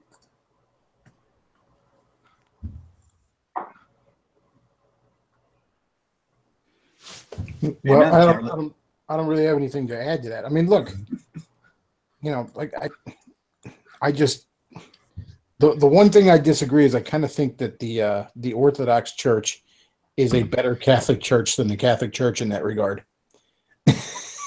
That they're doing a better job of it. I would agree with you. It seems like for a very long time, the Vatican has just been a place where a lot of questionable men are storing tremendous amounts of wealth. Here's the thing. The Vatican, every institution is going to be corrupt, especially something as big and important as, you know, the church. You know, and for most of history, it was the church. So, of course, it's going to be corrupt. You know, there's a joke about a Frenchman trying to convert his Jewish friend to Catholicism. And then one Jewish friend says, you know what, I have a trade deal in Rome. I'll check out this Pope guy you're talking about. And the French guy just starts shivering in his boots because he says, man, if he goes to Rome and finds out how filthy and corrupt it is, there's no way he'll ever become a Catholic, and his soul will never be saved. Anyway, a few months later, the Jew comes back. He's like, yeah, I converted. The guy's like, wait, what? And the Jew says, well, I figured anything that corrupt that's managed to last this long, it has to be the one true church. Otherwise, it would have fallen apart in 20 years. The only thing keeping it up is the hand of God. Well, yeah, absolutely. So now the difference is, for most of history, the church has been rife with the sins of men. It's been greed and lust and wanting to have children and having children inherit property and politicking. That is nothing new. But the death-worshipping sodomites and the death-worshipping communists and the Catholics saying that listen, I break bread with Protestants all the bloody time, okay? But the Catholics, the Pope bending over to lick the feet of Musloids to encourage them down that heretical route where they worship death and child abuse, encouraging that, saying that that's equal, that all religions are exactly the same thing. These are not the sins of men that we are seeing in the church these days. These are much, much more damning.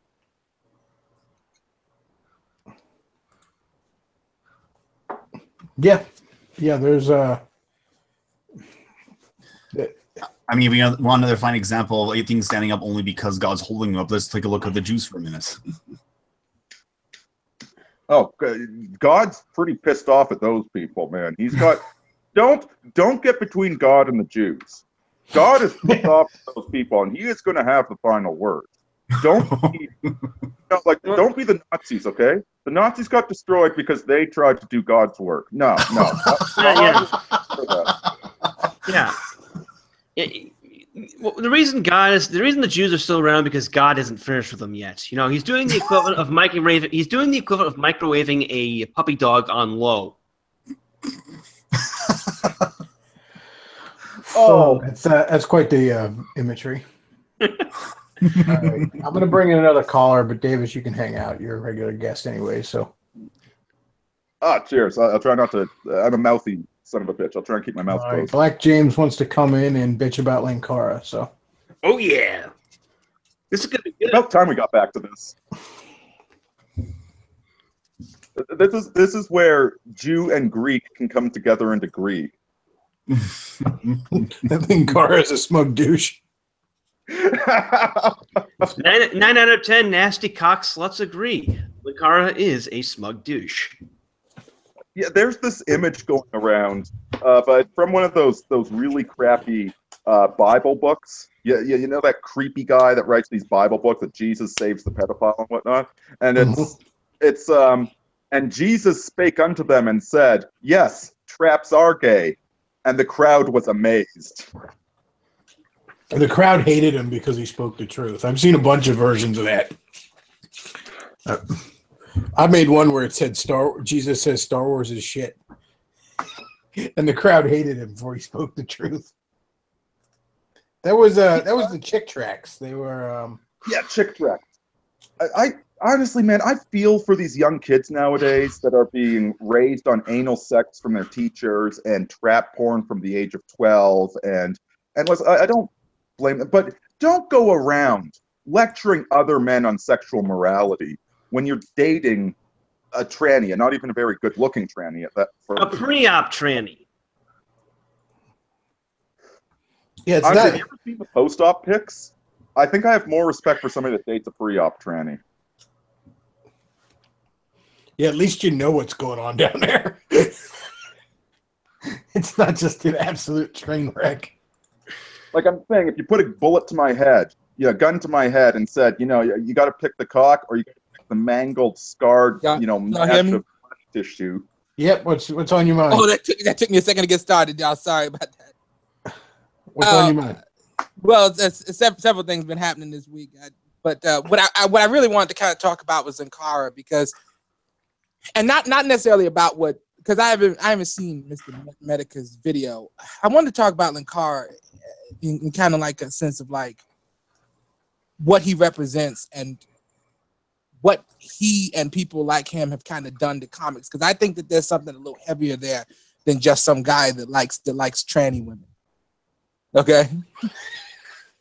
I'm just looking at the thing Luke put up there. Yeah, I see that too, and I'm like, yeah. But first off, let me just start out by saying I'm a huge fan of Razor Fist, and I'm a huge fan of Linkara. And I think that he's a very talented guy, and I watch a lot of his videos. I'm subscribed to him on YouTube and stuff like that. You know, I follow Razor Fist on Twitter, and I comment on his tweets, and I follow him on YouTube and stuff like that. So I'm a big fan of these people. I'm a big fan of you. Like, and I would like to consider us to kind of be friends, frankly. You know, yeah. But I think that to a degree, Linkara and Razor Fist and you and don't take any offense, but also I would kind of throw Bob Chipman in this group as well. I think that these people are kind of the reason why comic books have hit this SJW explosion in the last few years. There's this guy that does this YouTube site. By the way, I'm a big fan of this guy too, named Diversity in Comics, and his thing is Diversity in Comics. Get the acronym there. Mm-hmm. DIC. Yes. And he basically does a lot of talking about like how comic books have completely given over to SJWs, and talking about how like Squirrel Girl has become the like norm as to what comic book art looks like and stuff like that. And oh my God, what they did with Riri Williams. I can't even begin to touch on that. And I listen to him say stuff like that. And I listen to like even Razor Fist complain about how like comics have exploded into this SJW thing. And I know you've talked about it, and I've talked about it and stuff like that. But my response to that, and this is kind of ties into Linkara. My response to that is, what did you guys think was going to happen? Like, the Linkaras of the world wanted to drive out all the people that they disagreed with in terms of how they drew comics and how they wrote comics and how they made comics. You know, they wanted all the Rob Liefelds and the Jim Lees and the Mark Silvestris and the Todd McFarlanes to be driven out of comics. And they did. They destroyed these people. And they did stuff to these people that, I mean, was ridiculous. But they were blacklisting them and mistreating them. And you could type the name Rob Liefeld into Google, and the first thing that pops up is about 900 blogs, all talking about what a horrible person he is, what a monster he is, what a terrible human being he is. Why? Because 20 years ago, there were 2 comics like he put out that he didn't draw feet on panel. And they wrote like multi-page blogs about it. And that's the Linkaras of the world. And I'm serious when I say this too. This motherfucker thinks that, oh my God, he drew cleavage on a woman once 200 years ago. This man needs to be drug out in the street and shot. You know, Jim Lee one time drew a certain costume that was risque on Psylocke. Oh my dear God, this man is a monster. What an inhuman beast he is. What a monster. What a godless, soulless creature he is. You know, his children must wake up in shock as if their father's a pedophile or something. Just the very thought that one time he drew muscles on a guy. Okay, fine. So let's just say that let's go with that then. Let's drive these people out of comics. Let's drive the image founders out. By the way, these are the last people like people like Liefeld and Lee and Claremont and McFarlane and stuff. They were the last people that actually did something in Marvel Comics that mattered. They were the last people that created characters that stuck with Marvel Comics. Like, Rob Liefeld, he's such an incompetent douchebag. He can't do anything. He can't draw anything. He's so horrible. He's such a monster. Who came up with Cable? Oh, yeah, that's right. Who's a hugely popular character that's still in Marvel to this day? A hugely popular character? Oh, yeah, that's right, Cable. Gee, I guess the fact that he drew pouches on a character 20 years ago, people must have forgiven him for this sin. He just like laying in the street, looking up at the sky, wondering what a monster he was 20 years ago because he drew a pouch on a character's belt. But and so like they drove these people out of comics. They drove the Linkaras of the world, talking about how much Frank Miller wrote all these stories where women were having sex and stuff like that. And so they drove them out of comics. And then what? And then what did you bring in? It's like what? Not you literally, but what did they bring in? What did Linkara bring in? What was his alternative? What was his thing that he wanted to bring in? The people he wanted to bring in, the characters he wanted to bring in, Squirrel Girl and Faith and the Miss Marvel that's like a Muslim chick that can stretch like rubber, and they took Glory and they made her into this big muscular lesbian girl, and they took the Iron Man and made her into like Rachel Dolezal, and right, and exactly, and they took oh my God, they took Captain America and made him into fucking Talcum X. And this is the end result. Like I'm sorry, like I don't want to sound cruel. I don't want to sound like I do want to sound cruel and offensive to Bob Chipman and Linkara, but not to you. But it's like this is what y'all wanted. This is what you wanted. All right, well, there's a lot to unpack here. Let's talk about this. All right. Yeah, Linkara, I mean, one of the Razorfist videos is he takes a clip of his, Frank Miller can't write women unless they're in some way sexualized, and he shows all the clips of all the women who are not sexualized. And like, well, what do you expect, Linkara? This is what you wanted. Exactly. All right, well, hang on. All right, I let you go on for a while, so that's it. Oh, I'm sorry. All right. So here's how we're going to unpack this. Number one, there's a lot of things going on here.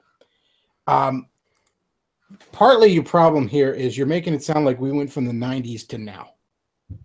All right, when actually there was a whole decade in between.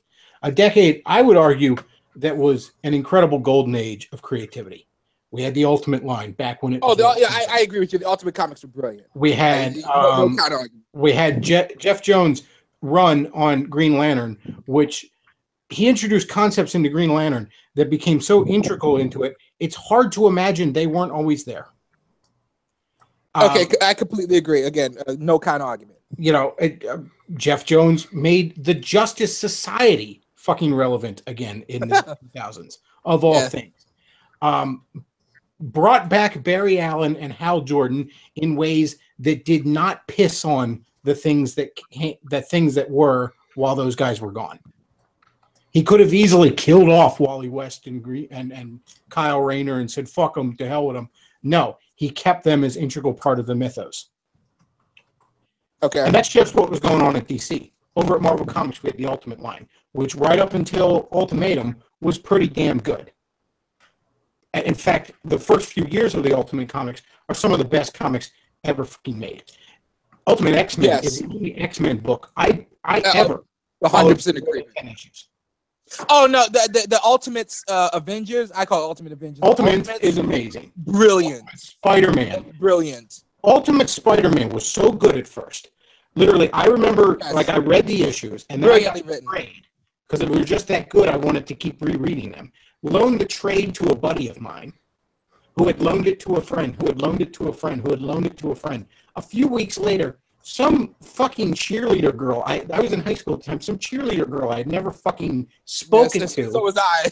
came up to me, and remember, this was before the Spider-Man movie, so no one other than comic book nerds knew shit about Spider-Man. She came up to me and told me she cried when Uncle Ben died, as she handed me back this pretty womped at that point trade paperback. That's what were in the 2000s. No, I know exactly what you're talking about. I got a trade paperback of the Ultimates. I read that thing like the Bible.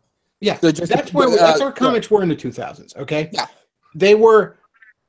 I could go on and on. The Totem stuff over on Amazing Spider-Man that JMS did. That's fucking fantastic. Bendis's New Avengers. I'm pulling the trigger on that one. Like, no, man.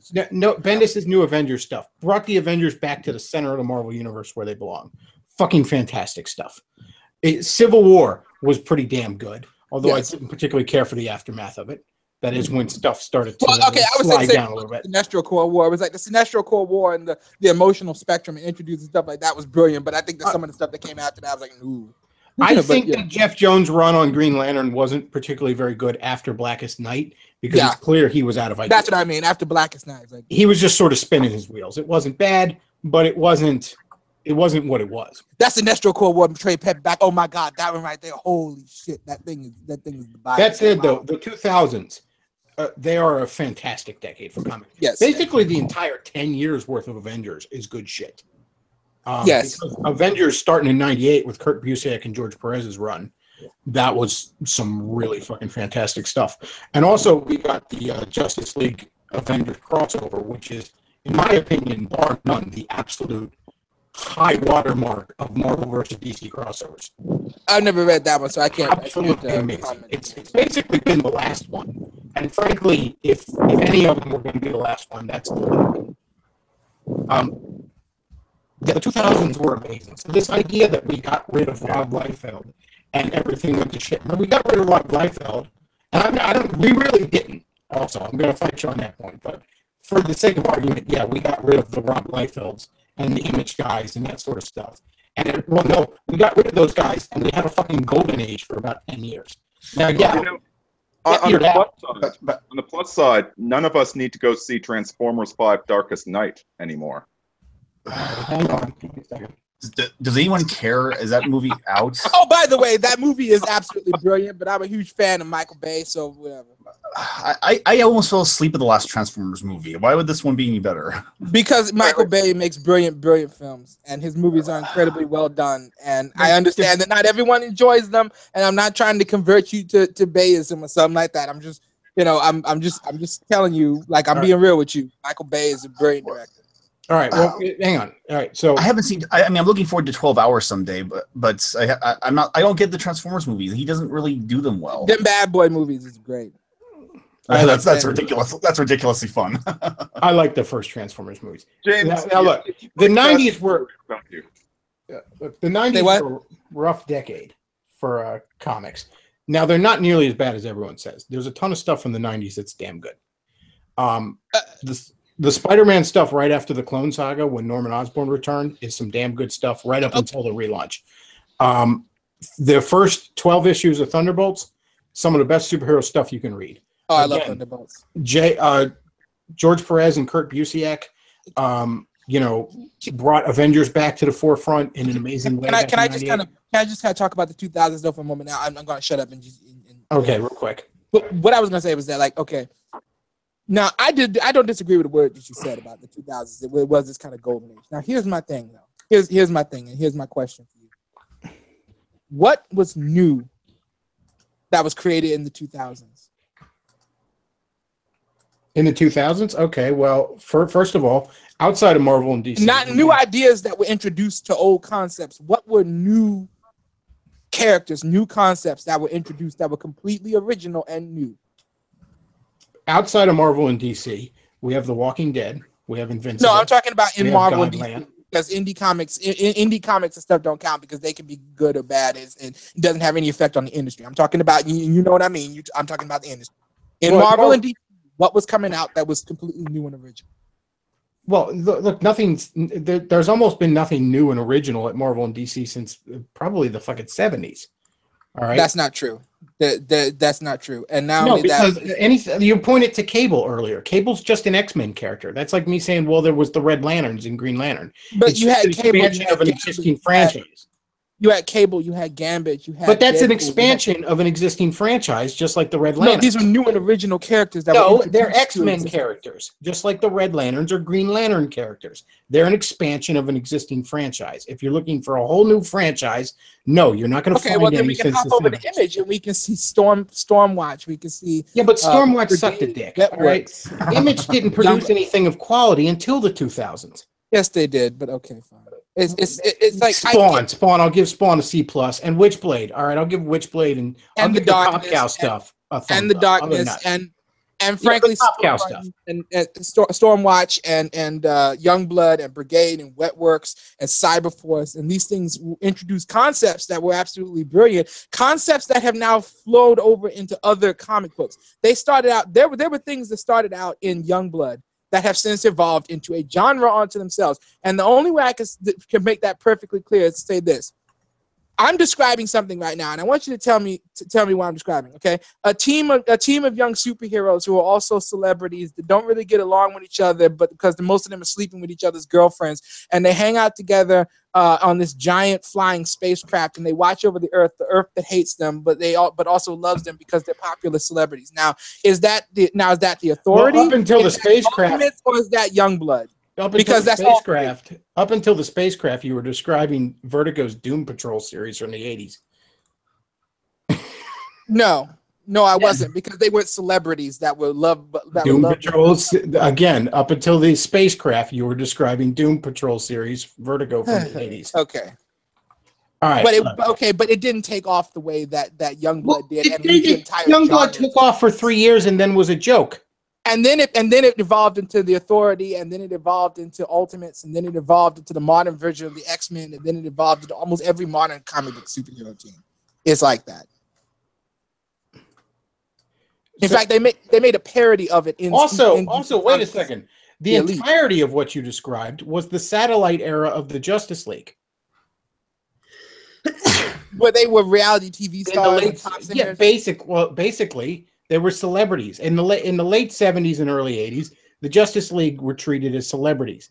They constantly hammered home the celebrity culture. That's where we got the character Booster Gold from, whose entire early on point of being a superhero was to be a celebrity.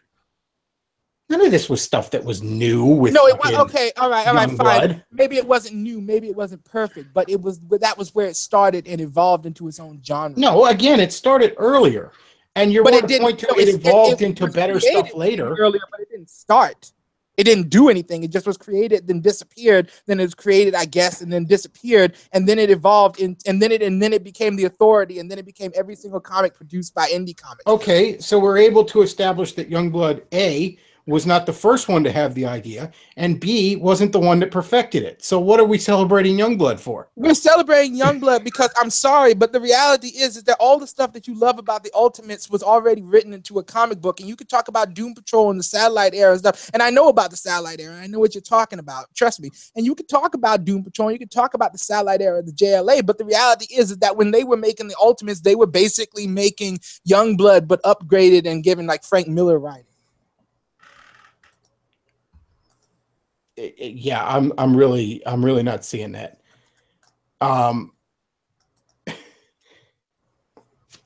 Could I just interject with something that I think gets to the point that that James started off with?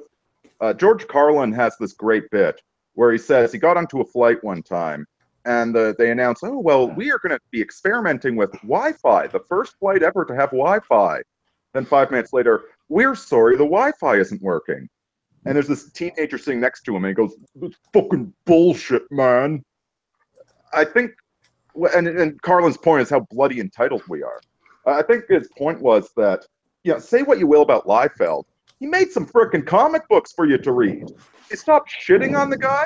He made, okay, yeah, he can't draw feet to save his life, and the genitals are always weird. Okay? But he was making comic books for you to enjoy. You don't stop, and you're making like Satan the Lightbringer and fucking a tranny girlfriend while you're criticizing everybody else. Well, look, I'm not gonna defend Linkara's criticism of comics because again, he just gets too much on a white horse or too much going after a white whale on it. But the idea that we had, in my opinion, look, the Image Comics guys, in my opinion, are shit. All right. Rob Liefeld, I don't believe created a thing worth a damn. You can point to Cable. Personally, I think Cable's a shit character. But okay, maybe I'll give you Cable. But also there was a writer involved. All right? That never gets any love for some reason. You can point to Deadpool. Now, Deadpool is a real example where he didn't create shit but a costume.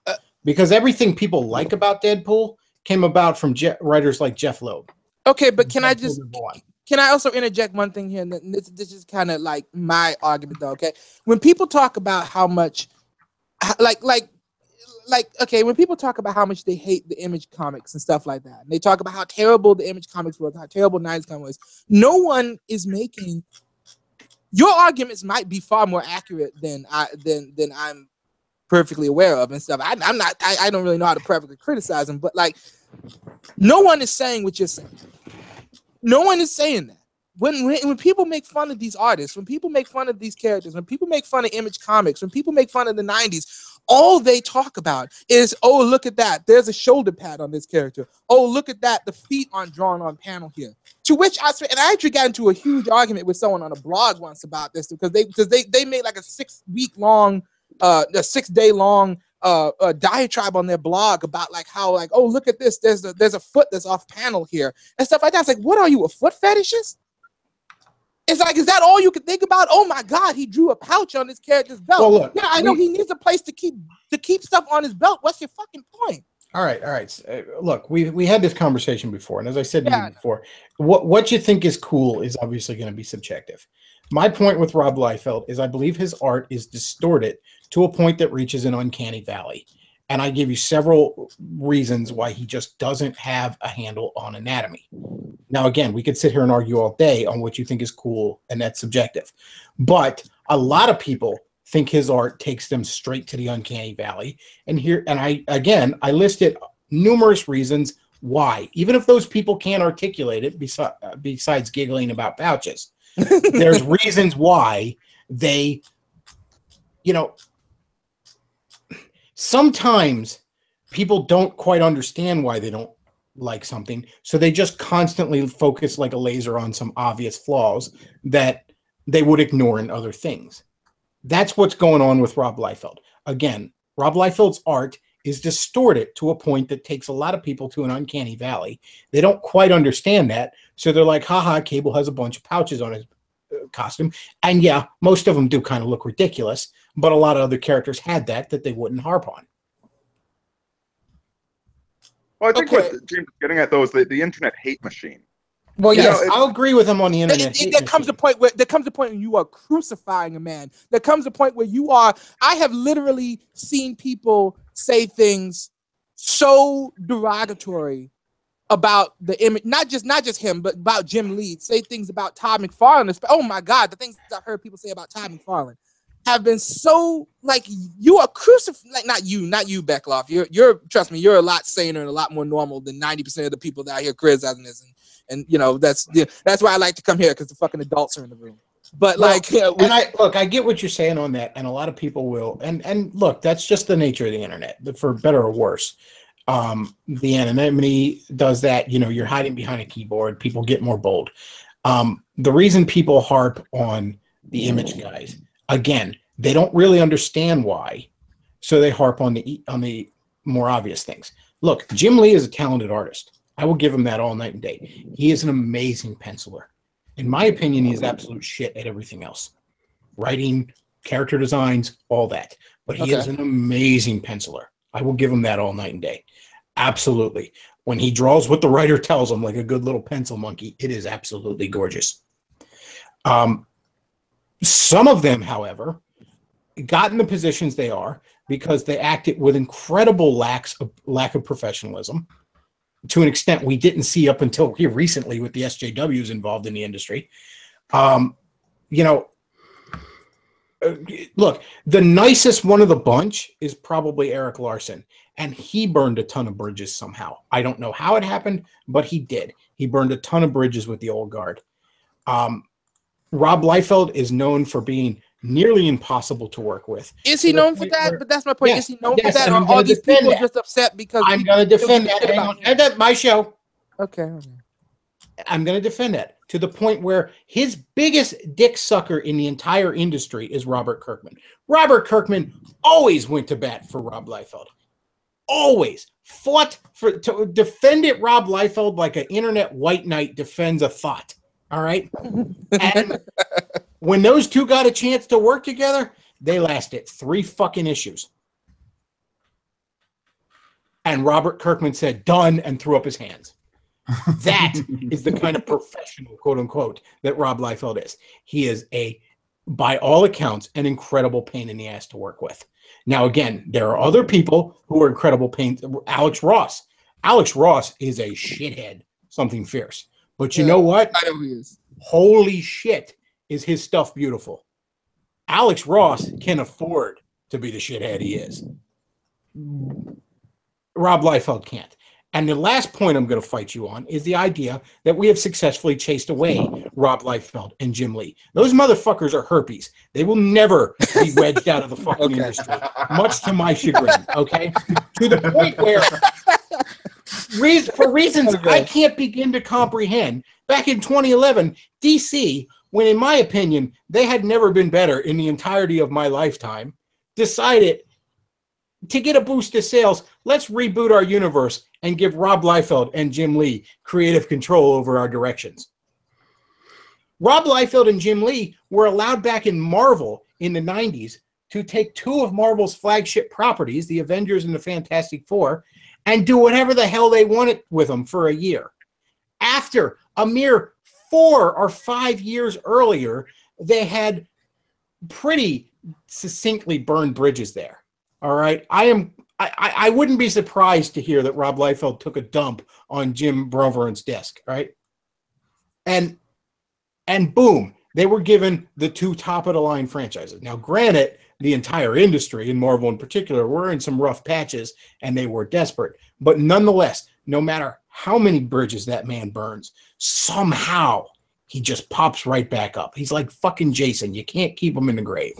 All right. So the idea that the hate machine has chased these guys away, they're still here. Now, I will grant you that the internet hate machine has chased away some genuinely talented people. I'm thinking of Frank Cho. I'm thinking of Frank Miller. Now, look, Frank Miller's batshit insane these days. I'll grant you that. But a lot of the best writers are. Certainly Alan Moore and Neil Gaiman are fucking crazier in a bag of cats. And yet, if you actually have a good editor to keep them in line, you'll see some absolutely amazing stuff. But Frank Miller will never work at DC or Marvel under its current leadership because Frank Miller is to the left of, or to the right of Karl Marx. Similarly, you had during the 2000s, Chuck Dixon, I believe it was run off the Batman books towards the end of it for political. I will grant you that many talented people are being chased out of the industry and they're being replaced by losers they found off Tumblr. I'll grant you that. I will not grant you that Jim Lee and Rob Liefeld are among them. When I say Rob Liefeld are the cockroaches of this industry. I didn't mean chased off in that respect. What I meant, the grim specter of death is the only thing that's going to drag Rob Liefeld. Okay, I didn't mean chased off in that respect. What I meant by that is that not so much as chased off. Let me try to clarify what I meant some more. There is a certain idea about what comic books are supposed to look like and what they're supposed to be like, how they're supposed to be written, how they're supposed to be presented and stuff like that. And it has evolved into this hyper far left SJW. And again, I don't want to sound like I'm plugging this guy, but this guy named Diversity in Comics, he does. Oh, he has a great channel, yes. Oh, absolutely great. But like I was looking through his videos and like literally right next to each other on one video, it said something like, I'm trying to remember what it was, but it was something like this is, what did the Image founders like ever do for comics, something like that. And then on the very next video next to it, it said, why is there so much SJW bullshit in comics? Because you created, not you literally Bechtloff, but I mean people that are a lot more immature and stupid than you. So I'm talking about like Kara.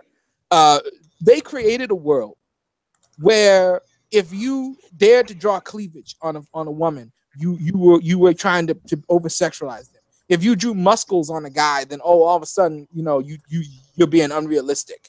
Because a man that can fly and shoot lasers out of his eyes is realistic. But we're just gonna roll with that.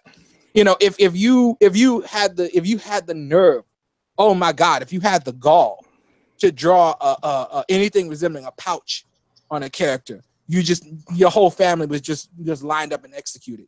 Just drag this man out and shoot him. This is the cause of all death in the world. Well, and again, and then what do you get? What do you get at the end result? You get Squirrel Girl. I don't think that you're drawing a line there that I'm not going to follow. And now, first of all, okay. I think the 90s are unfairly shit on. Just today, I found myself thinking, I miss when Catwoman had that purple costume she had in the 90s. I miss that costume. That costume looked great. It was all purple with black gloves and boots.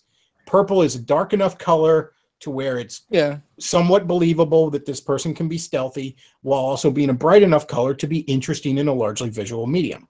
I thought that was the best costume that character ever had. And one of the downsides, I think, of more quote-unquote realism is that they put her in basically a leather gimp costume for the past 20 years since then.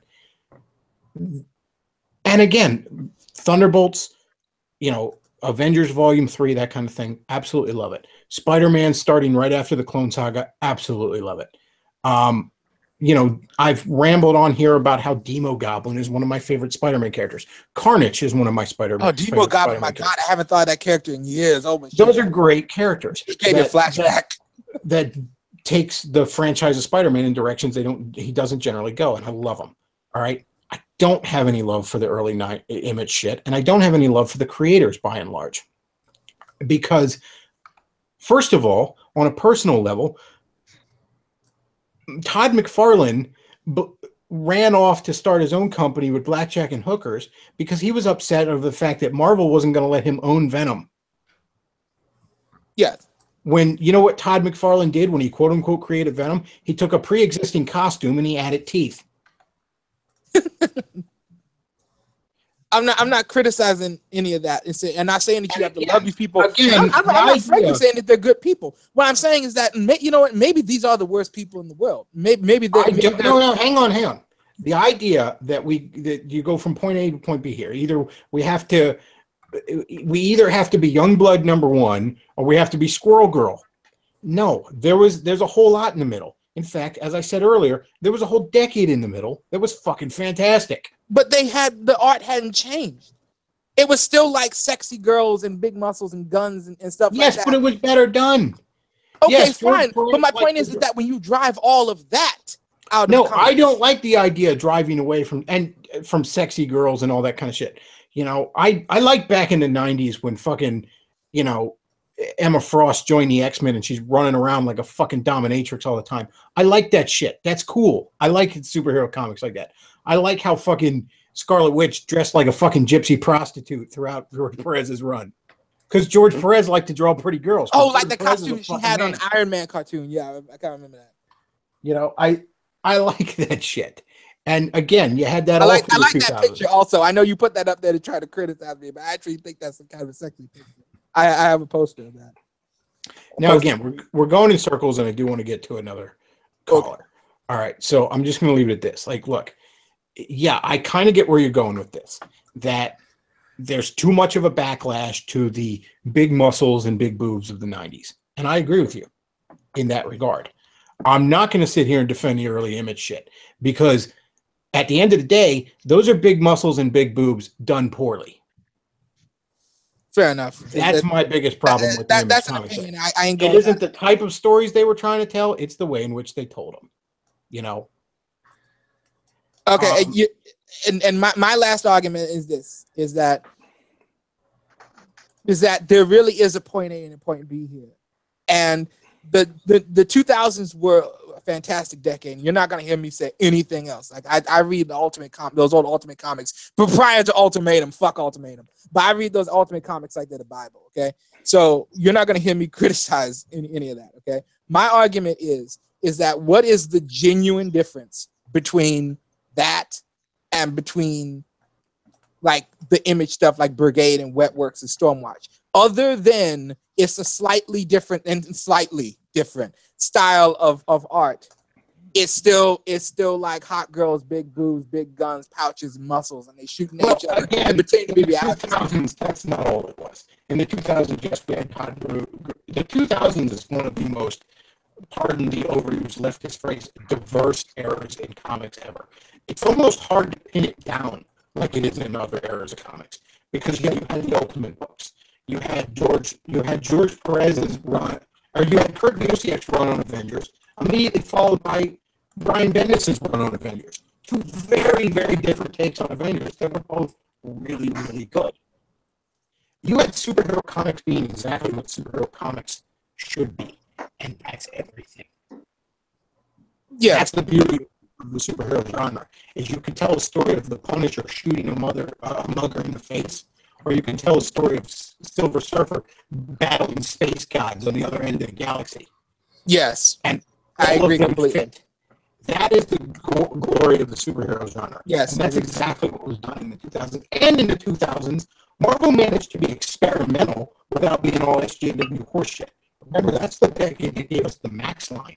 That's the decade that gave us Aliens. I would argue that that's the start of. I would argue that the Max line is the start of all this. See, I adore the Max line. Supreme Power is some of the most amazing superhero books I ever read. And I would argue they do what Image attempted to do, which is quote unquote make superheroes more mature and tell more mature stories. I was with literally about to say superheroes. that. I was about to say, like, if you think Supreme Power is great, then I got this thing you might want to check out called Cyberforce. It was from Top Cow. But again, we're talking about an issue of quality here. I'm not necessarily disagreeing with you, but I'm saying That's like saying if you think Chapel is beautiful, well then you should check out this crown drawing of God creating Adam that my 6-year-old made. Well, and yes, it's technically the same thing.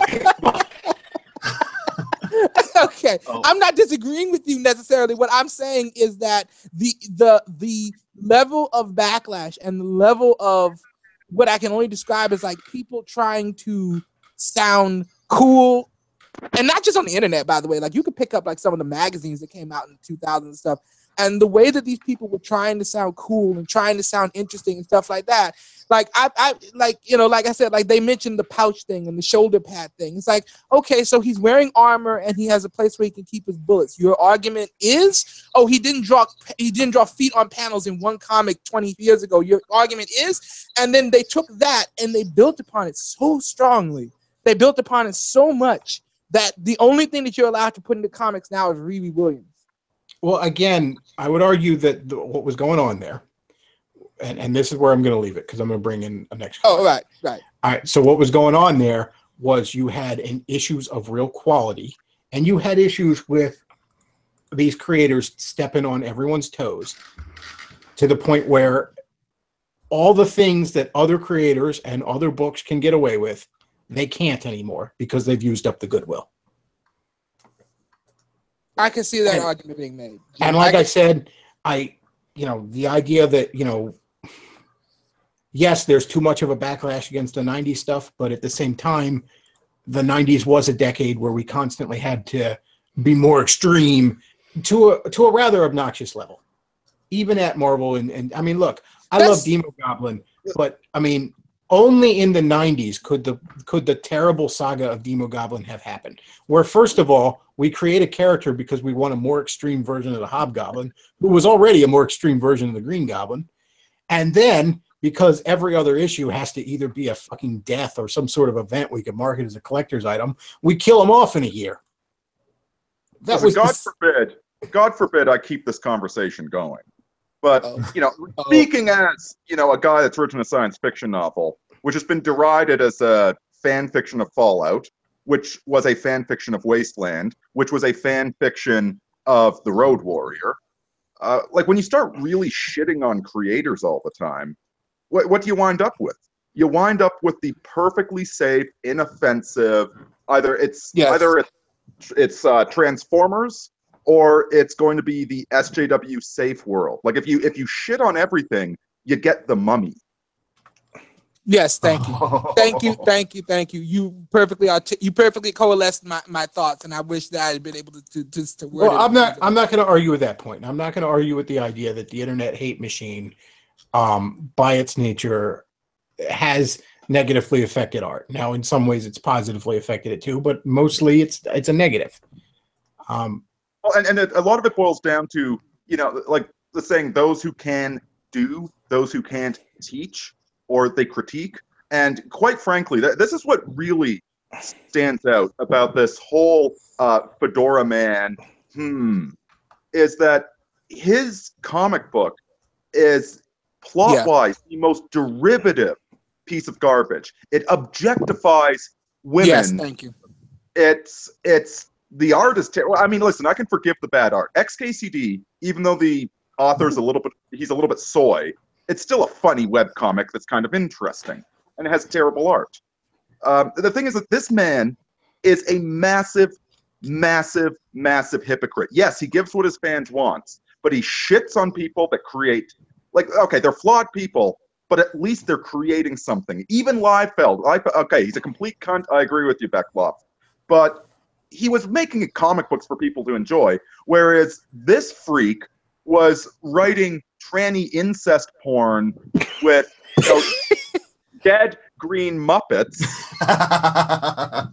Who the hell are you to criticize? I'm sorry, Liefeld might be the biggest asshole in Hollywood, but at least he's not Linkara. Well, that's true.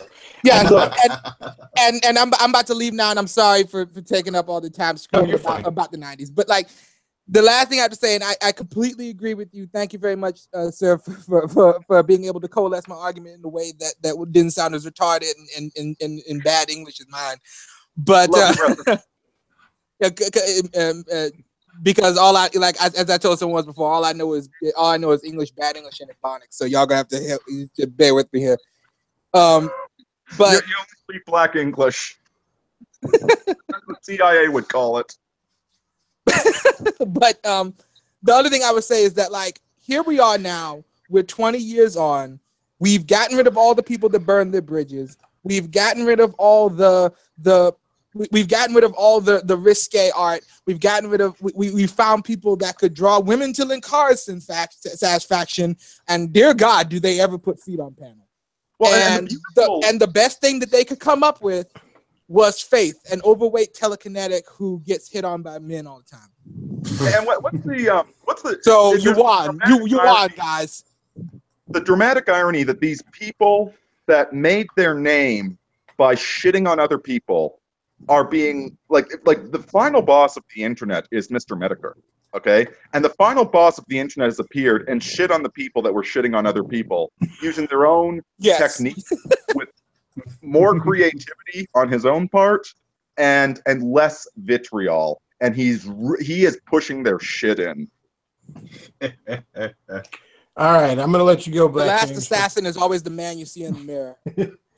I'm gonna let you go, Black James. Thanks for calling. Okay, peace out, man. Love talking to y'all. Yeah, and on that note, I'm gonna get going because it's 4 a.m. Thanks for having me on, Bechtloff. Sure thing, 40. Thanks for being on. All right, I'm gonna bring in. Come on, and tell us to stop being faggots. Yeah, probably. I'm gonna bring on John Steele, and then we'll wrap this up. I was joking. But no, I sort of agree with his point that a lot of the SJWs have chased out the old guard. I'm not willing to consider Rob Liefeld part of. You know what? Let me talk about you. What if Rob Liefeld actually killed the comic book industry? Because SJWs only show up when there's a rotting corpse to feed on. Well, does anybody with actual talent want to get involved with the ex-Rob Liefeld industry? I don't know. You know what? I'm gonna if Rob Liefeld killed the comic book industry, then he did it in 2011 with the New 52. Because again, the 2000s was that was one hell of a decade. And throughout the entire 2000s, and it was recovering from the crash of 95, but throughout the entire 2000s, comic sales were on a constant upswing. All I'm going to say is I never hear you talk about Transmetropolitan. I never hear anything about Warren Ellis. Yeah, I do like Warren Ellis, but I have not read Transmetropolitan. Oh, Transmetropolitan is freaking brilliant. It's deeply political without being partisan. Hey guys, I just got to give you a fucking heads up. I've been pretty much listening to this from the beginning. Your view count was number of people watching was in the mid 80s. It's like 58 now. The time when Black James brought it down, and it's dropping like the T count of everybody that's listening here. Yes, John. We know you don't like comics, but what's on your mind? Well, a couple things. Well, one, I was hoping to speak to Forney because last night he had this huge orgy for his 29th party, and but Black James just rambled on and on and on and on, and then just when he was about to shut the fuck up, Davis had to just interrupt again and keep it going for another fucking 15 minutes, where you lost another 10 viewers. But anyway, enough about that. That's actually why my job as a cam whore failed. Every time she was about to come, another 15 minutes, babe. Yeah, I think you have like a negative effect, like less and less people watch. Yeah. Bechtloff left the call. But yeah, they when you work as a cam whore, you owe them money. But I was gonna say, yeah. So I was hoping to bring the T count up because we wanted to hear about the debauchery and degeneracy of Forney's party last night. But you guys went on and on and on about that.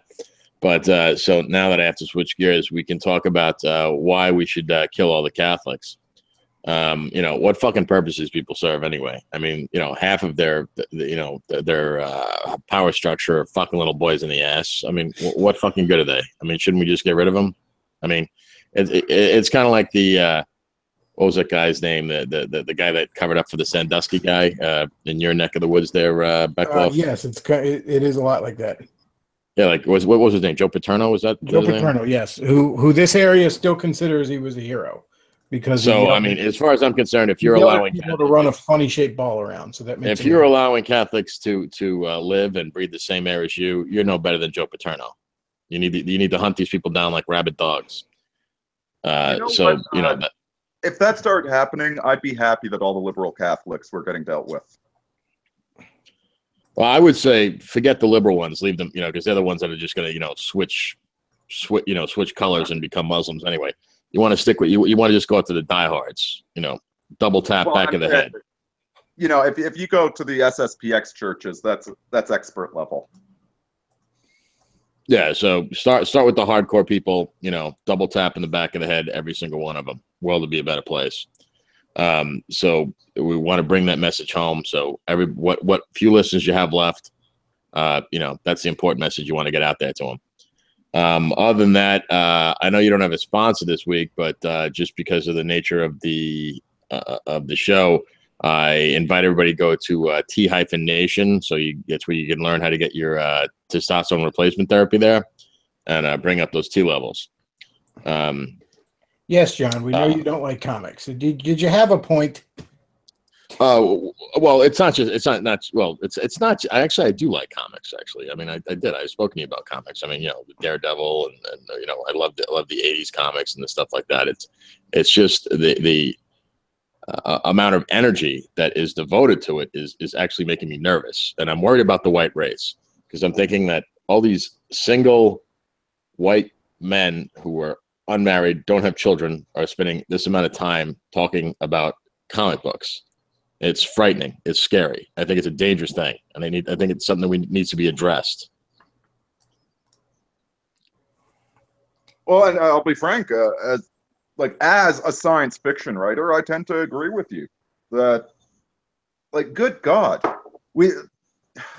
these stories, okay, whether we're talking about Ninja Turtles or Beowulf, they are meant for men in their young 20s. And I've just played through Baldur's Gate 2 recently, but I was doing it for entertainment, but I was also playing it, analyzing it, as a historical artifact, as something from my youth, as what are these stories that we're telling people? I do think that I like to justify it by having this scholarly bent. What sort of stories should we be telling our youth?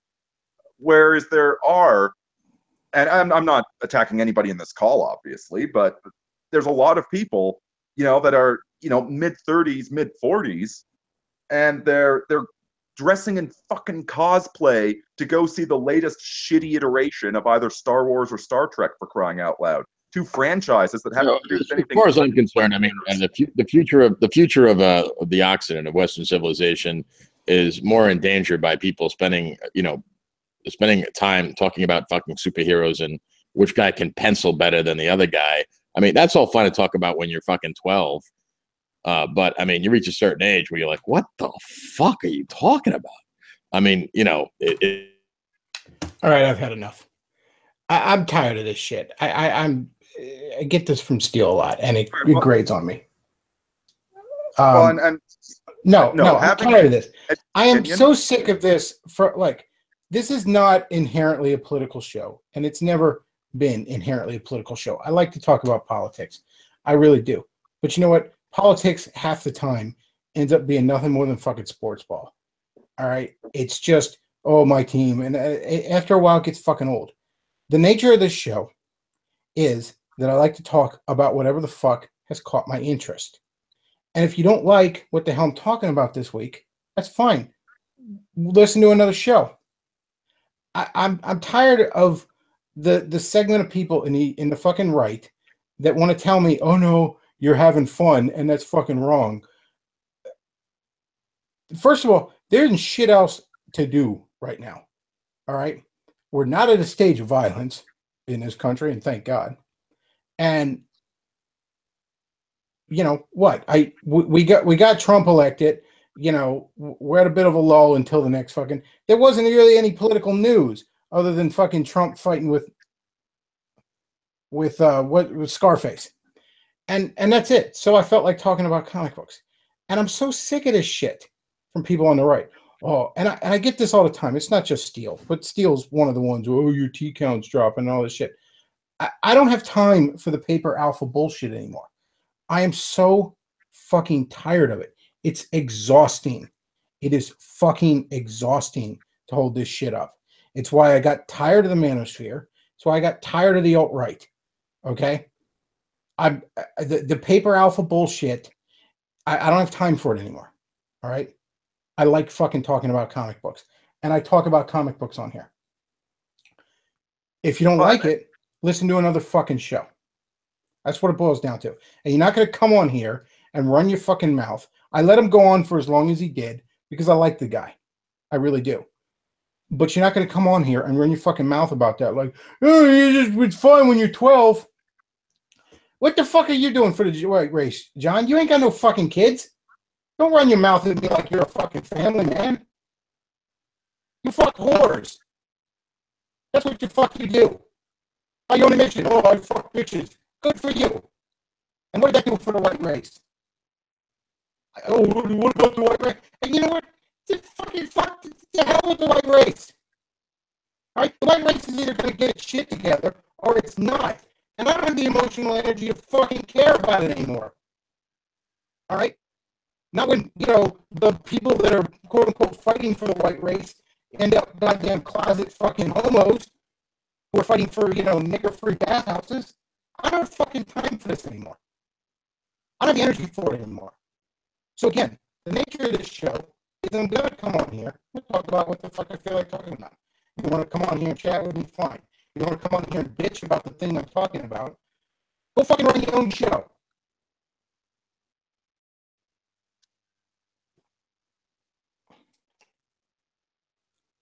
I'm not going to sit here and be making feel bad that I'm being childish because I like to fucking read comic books by a man who spent his entire life, you know, refusing to settle down and fucking bitches like a 23-year-old.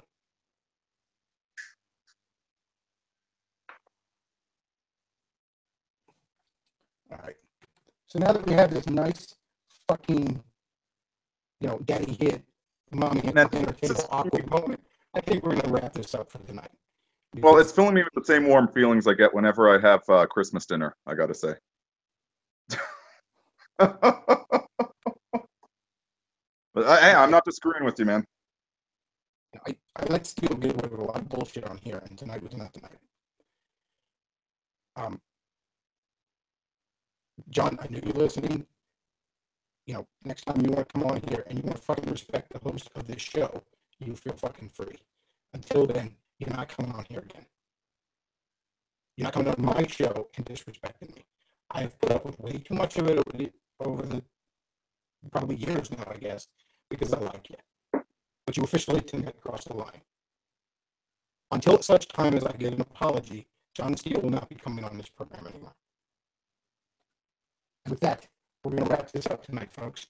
Now, if you enjoy the show, I appreciate your listenership. You can like, comment, subscribe. There is a tip jar down below. Tips are greatly appreciated, particularly in my current situation. Beyond that, that's all we got for tonight, folks. Get some sleep and go to church. Bechtloff out.